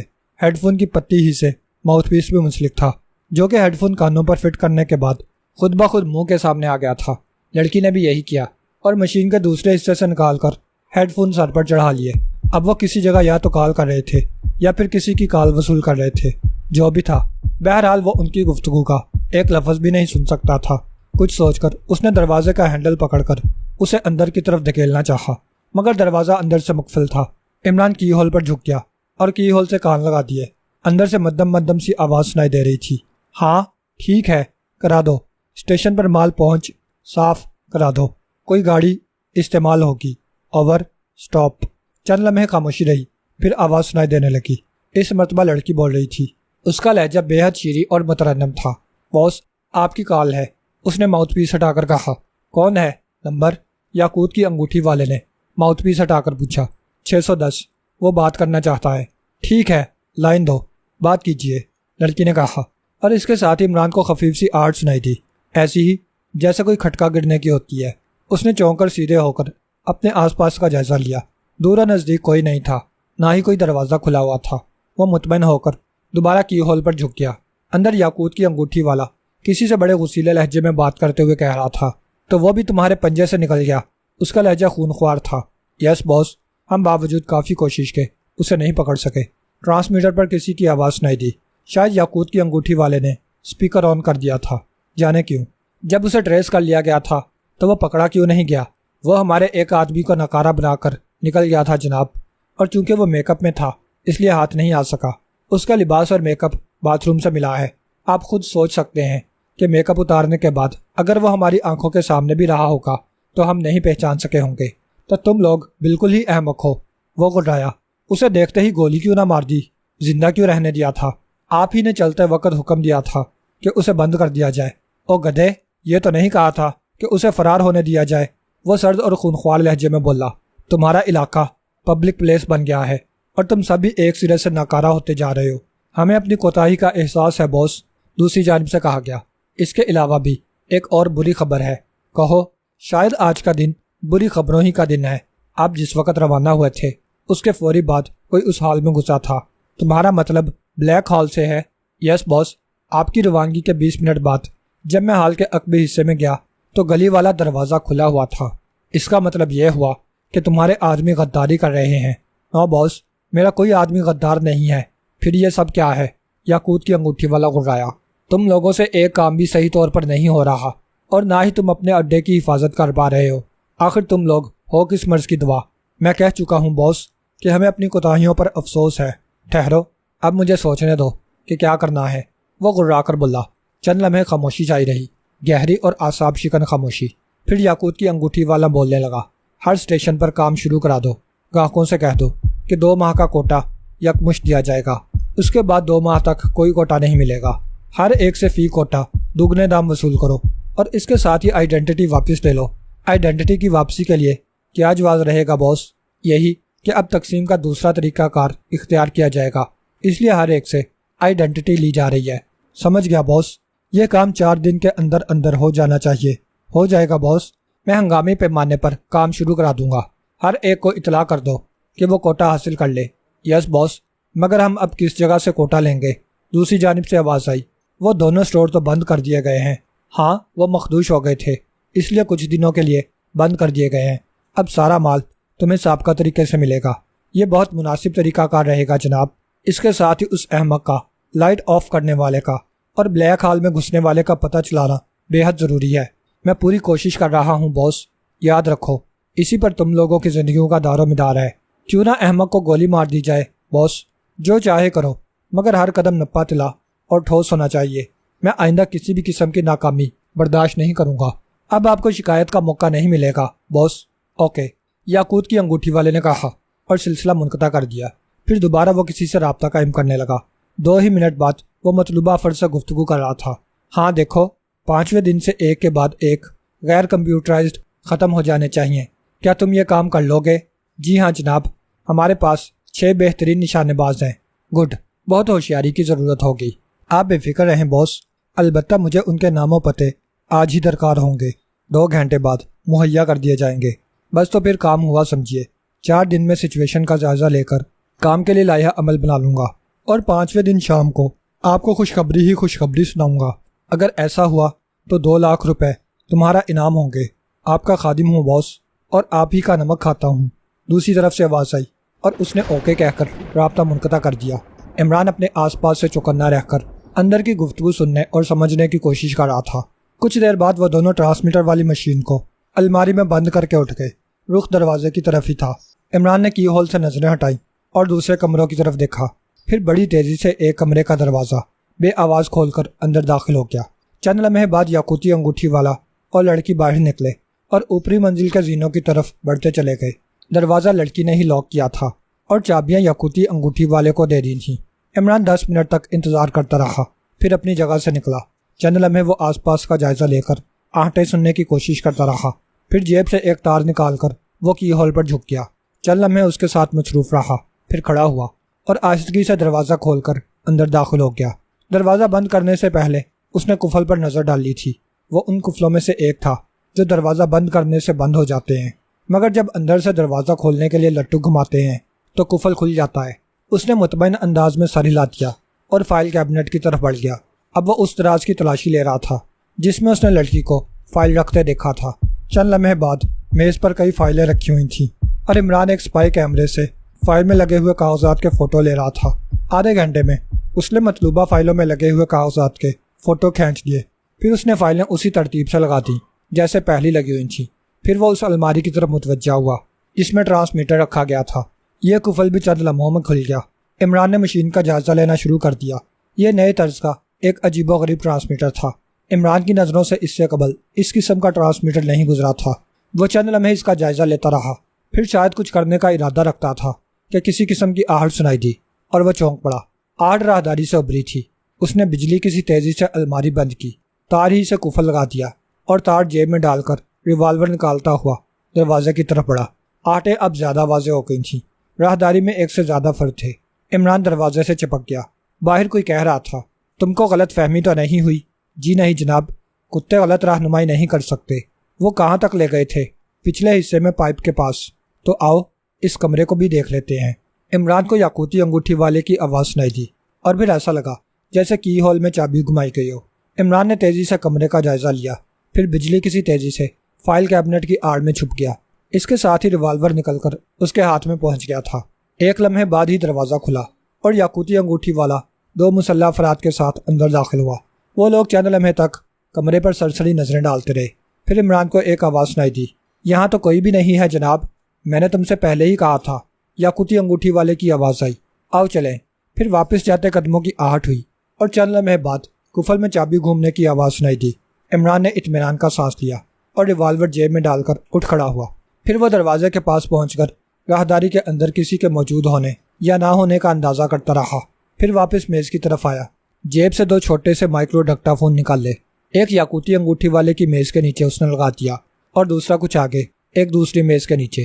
اب یہاں ہونے والی سرگوشی بھی دانش منزل میں ریکارڈ ہو جاتی۔ اس طرف سے نمٹ کر وہ کھڑکی کی طرف بڑھا۔ پٹ کھول کر اس نے باہر جھانکا۔ اس طرف کا حصہ سنسان پڑا تھا۔ یہ عمارت کا عقبی حصہ تھا۔ وہ دونوں ہاتھ رکھ کر چوکھٹ پر چڑھا اور دوسری طرف اتر گیا، پھر کھڑکی بند کی اور اس طرف بڑھنے لگا جس طرف سے اندر داخل ہوا تھا۔ وہ بہت چوکنے انداز میں دوڑنے کی حد تک تیز رفتاری سے چل رہا تھا۔ جلد ہی وہ 4 دیواری تک پہنچ گیا، پھر جیسے آیا تھا اسی طریقے سے وہ عمارت کی حدود سے باہر نکل آیا۔ کتے شاید اپنے مالک کے ساتھ تھے۔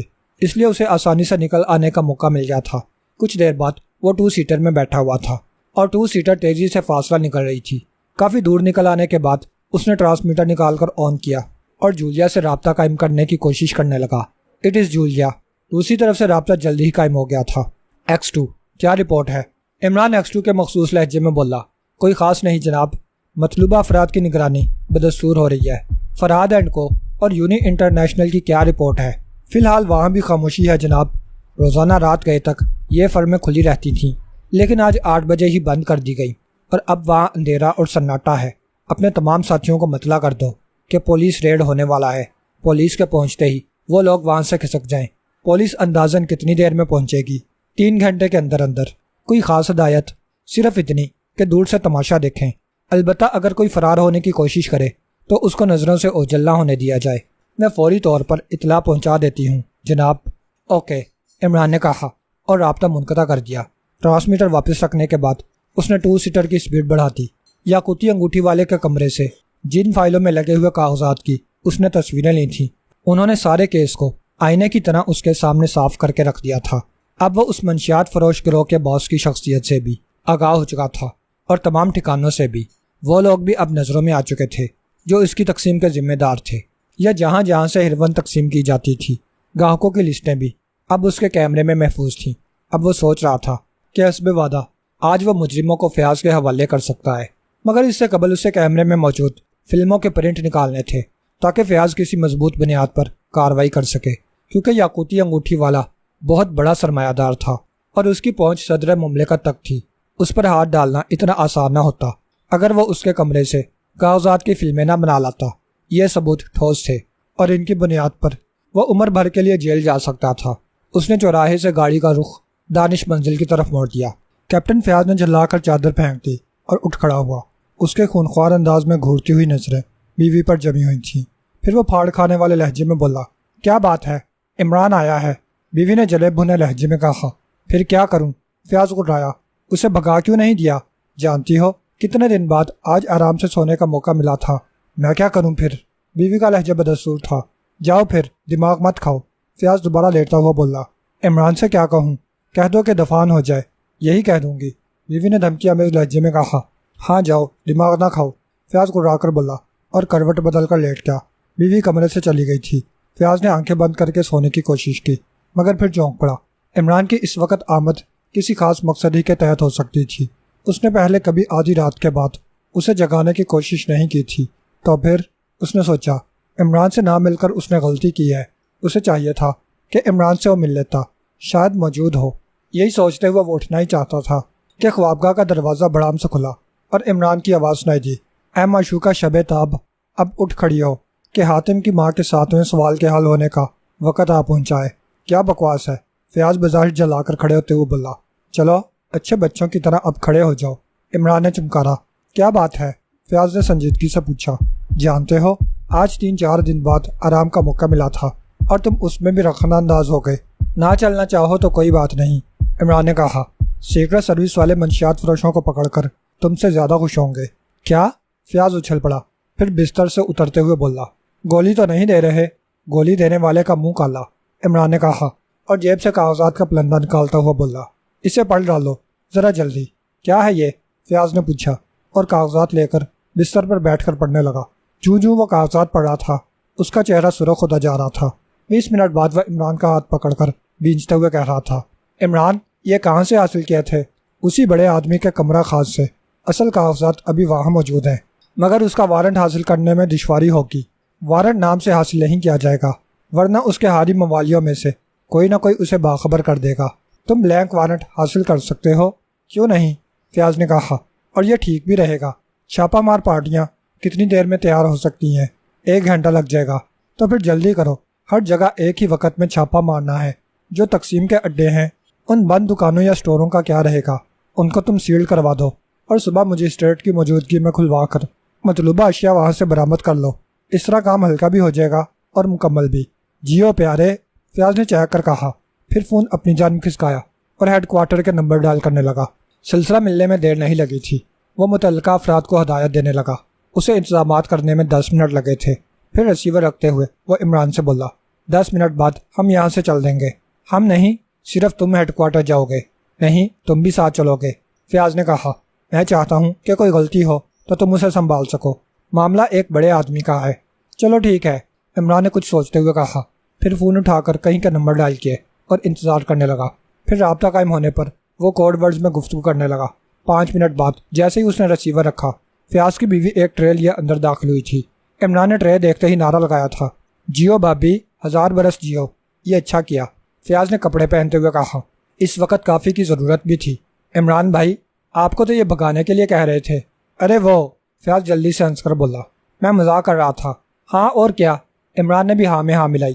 کبھی کبھی سپر کا دماغ بیک بھی جاتا ہے، آپ خیال نہ کیا کریں بھابی، تم بہت سور ہو، فیاض نے بیوی کے جانے کے بعد کہا تھا۔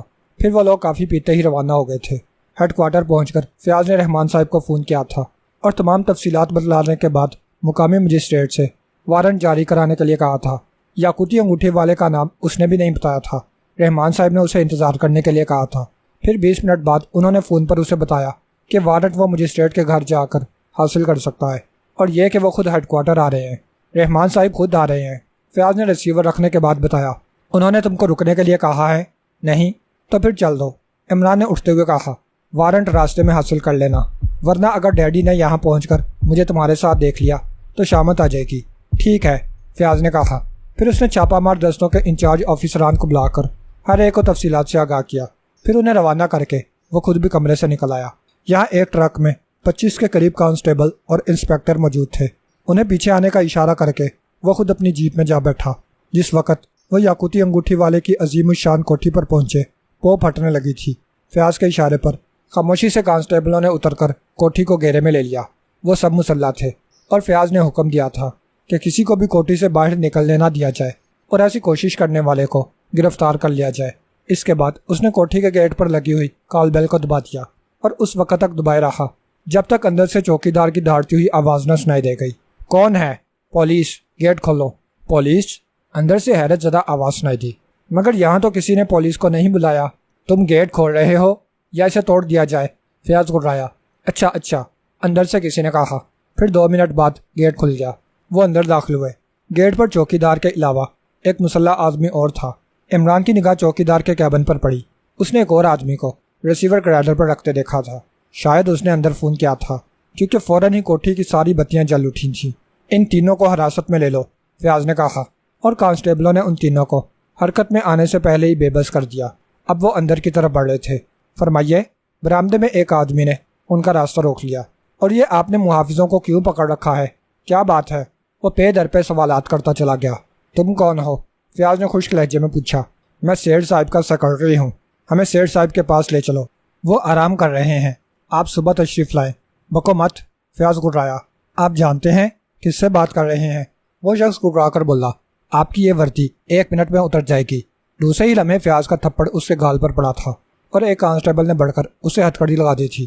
بہت مہنگی پڑے گی یہ حرکت، وہ گھبرایا، مگر اسے سیٹھ صاحب کے کمرے تک تو رہنمائی کرنی ہی پڑی تھی۔ سیٹھ اس وقت خوابگاہ میں پورے لباس میں موجود تھا۔ کیا بات ہے؟ اور تم نے اس طرح میری کوٹھی میں آنے کی جرات کیسے کی؟ وہ گھبرایا۔ ہمیں کوٹھی کی تلاشی لینی ہے۔ فیاض بھی گھبرایا۔ وارنٹ ہے تمہارے پاس؟ وہ خونخوار لہجے میں بولا۔ جواباً فیاض نے اس کے سامنے ایک کاغذ بڑھا دیا۔ یہ تلاشی کا وارنٹ تھا۔ وہ گھبرایا۔ یہ بات ہے، شاید تم اور وہ احمق مجسٹریٹ جس نے یہ وارنٹ جاری کیا ہے مجھ سے واقف نہیں ہے۔ میں ابھی صدر مملکت کو فون کرتا ہوں۔ پھر وہ فون کی طرف بڑھا ہی تھا کہ فیاض سرد لہجے میں بولا، اپنے آپ کو حراست میں سمجھو سیٹھ جعفر شاہ، اور سیدھے کھڑے رہو ورنہ اپنے فعل کے خود ذمہ دار ہو گئے۔ کیا بکواس ہے یہ؟ سیٹھ جعفر شاہ چلایا۔ کیا تم لوگوں کو اپنی نوکری پیاری نہیں ہے؟ میں نے کہا نا، خاموش رہو۔ کیا جواز ہے تمہارے پاس میری گرفتاری کا؟ منشیات کی تجارت، بے گناہ لوگوں کو قتل کرنا اور بہت سے الزامات۔ ثبوت ہے تمہارے پاس؟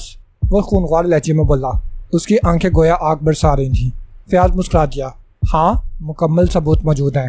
پھر سیٹھ جعفر چلاتا رہ گیا، مگر فیاض نے عمران کے اشارے پر اس کے ہاتھوں میں ہتھکڑیاں پہنا دی تھیں۔ تلاشی پر وہ سب کاغذات اسے مل گئے جن کی عمران تصویریں اتار کر لے گیا تھا۔ حالانکہ وہاں سیٹھ جعفر کی سیکرٹری فائلوں کو جلانے کی کوشش کر رہی تھی، مگر یہ کوشش دیر سے شروع ہوئی تھی، اس لیے وہ ناکام رہی۔ فیاض نے گرفتاریوں کے بعد عمران کے مشورے پر رحمان صاحب کو فون پر اطلاع دی تھی، اور وہ بھی سیٹھ جعفر کا نام سن کر بری طرح چونک پڑے تھے۔